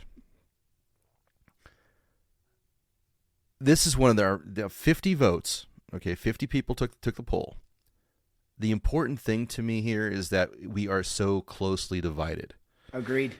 It's not even, yes, the China replacing the dollar was 34%. That came in, that was a little bit heavier. But gun laws, 18%. Bill 686, privacy, 22%. Cost of living, 26%. We are living in a time where when you take a look at those the topics that we had tonight, alone, that's a week. 1 alone, week. You're right. That's a concern to discuss. We had all of that drop at once. Good point. So when we think about how important is it really that, like you were saying earlier, that Trump was indicted, it's really not. How important was the Chinese Yuan being made a trade currency this week? It really wasn't. It's a long-term concern. As we kind of continue to slide down the rabbit hole with how poorly we're doing right now. Definitely a long-term concern. Then you've got all the tornadoes. You've got the protests that we've talked about. 686 was just kind of slipped in there this month. Yeah. And that's concerning, right? I mean, that's concerning. It was introduced on the 7th of March, and it's just now becoming a thing. Yeah. And as it starts becoming a thing, you start seeing all this other stuff popping up. Did you know that the Taiwan president came over? He was in Washington meeting with the president. I think it was 2 days ago. Yeah, right. That was Thursday. Right. Yep, Thursday. 2 days ago. Yep. So what started happening this week then? All the Chinese business, right? Oh, you bet. That's kind of an interesting. That's an interesting preemptive thing to drop right before the Taiwan president visits the U.S. president, right? Yeah. I guess what we're saying is look at everything that's going on and think about why it's happening. Not necessarily that it is happening. Absorb that, process that. Then look at the why behind it. There's so much happening. Things are happening so fast. Think about things, and if you find something like 686 and you think it's going to help, write your fucking congressman. Yeah. Yeah, I mean, I'll pay attention to stuff. I'll even take it a step further, and again, I'm not. My tinfoil hat. I take it off for every show. Okay, it's not even on right now, but it wouldn't hurt for all of you to have some extra food around, some canned goods. Every time you go to the store, just pick up an extra can or two of chili, soup, some vegetables, things to sustain you and your family. It wouldn't hurt to have, $1,000 cash tucked in a deep corner somewhere, just in case the internet goes down or the banks collapse or there's no way to get cash out of the ATM machines. And I'm not saying that because I'm scared of it. I'm saying it because it's happened, and it's happening right now in countries all around the world. People are unable to get cash out of the bank because the banks just shutter their doors. They turn off the ATM machine, and that's it. You're fucked. It wouldn't hurt to have some extra batteries around. Wouldn't hurt to have some candles around in case the power goes down. These are things that just basic necessities that we all need to be thinking about right now, and not because I feel like, everything's going to collapse tomorrow. However, if it did, what would you do? We should all be thinking about what would you do? I mean, what does it really cost you to have some extra canned goods around, some extra food to help you last a week, 2 weeks, a month? Nothing. Maybe some storage space, but otherwise that food is pretty cheap to buy. So just, head on a swivel, keep thinking about what they're showing you and then what you really need to be looking at. Keep thinking about those things. This week, there's a lot of things coming out economic wise that could be major disruptors, or we'll have the show next Saturday and nothing will have happened. Both things are possible. You know, I think about a lot. Every day, I swear, I think about. You remember the movie Seven? I know you remember it because you and I watched it a few times together, and I know it's one of your favorites. It's a great movie. But there's a scene at the end of the movie when towards the end of the movie, and Morgan Freeman's character and Brad Pitt's character are in the bathroom. They're getting ready to take John Doe. He says he has information on a victim that if they don't take him to this victim, then he's going to just spill the beans to the press. His lawyer's going to spill the beans to the press, and it's all out there how badly the police department has failed. So, all right, they're going to go with him to this undisclosed location, and they're in the bathroom and they're shaving their chests because they're going to wear a wire. And Morgan Freeman has this moment where he looks at Brad Pitt in the mirror and he says, "Look, if we take John Doe out there and his head pops off, and the devil himself should pop out, I want you to have expected it." You know, in other words, don't be surprised by anything that's going to happen from here on out. You can't be surprised. You have to just take it in stride. And of course, we all know how the movie ends. Spoiler alert. Brad Pitt's character was not prepared for what they found out there in the field. And so, but all of you, I want you to expect the worst, prepare for the worst, and just hope for the best. You know, maybe we'll come out of all this and nothing will have happened. But I just, if tomorrow aliens land on your fucking front porch and they knock on the door, I want you to have expected it, because that could happen. I mean, that's the days we're living in right now. And I just, that's the end of my monologue, but I want all of us to be happy, healthy, and thrive. And the only way to do that is to be ready for whatever's coming. Hey, Fitz. Yeah. What do aliens say when they land at the North Pole? I don't know. Take me to your heater. Well done. Okay. All right. It's dad joke time. Fine. What is the favorite kind of shoe for a kidnapper?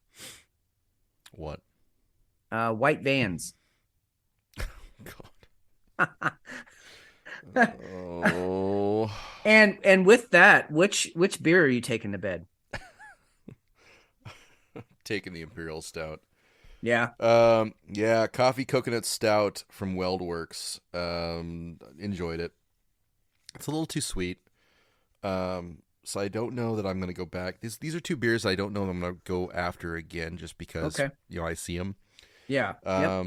But I will say that it was enjoyable. I did enjoy it. So it was good. What about you? You know, that's an important point. Sometimes you have a beer that you don't love everything about it, but you find something about it that you enjoy and that you like, and that, yeah, I'm not going to have this again, but hey, it wasn't all bad. We have that all the time. So, you know, look for the good parts of even a mediocre beer.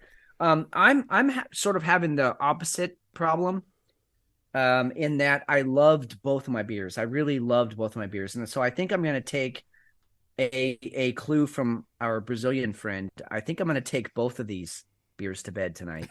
I think I'm going to have my first threesome, and I may even marry them and get them both pregnant, and see if we can have some amazing children. But does your wife have to approve of them first, though?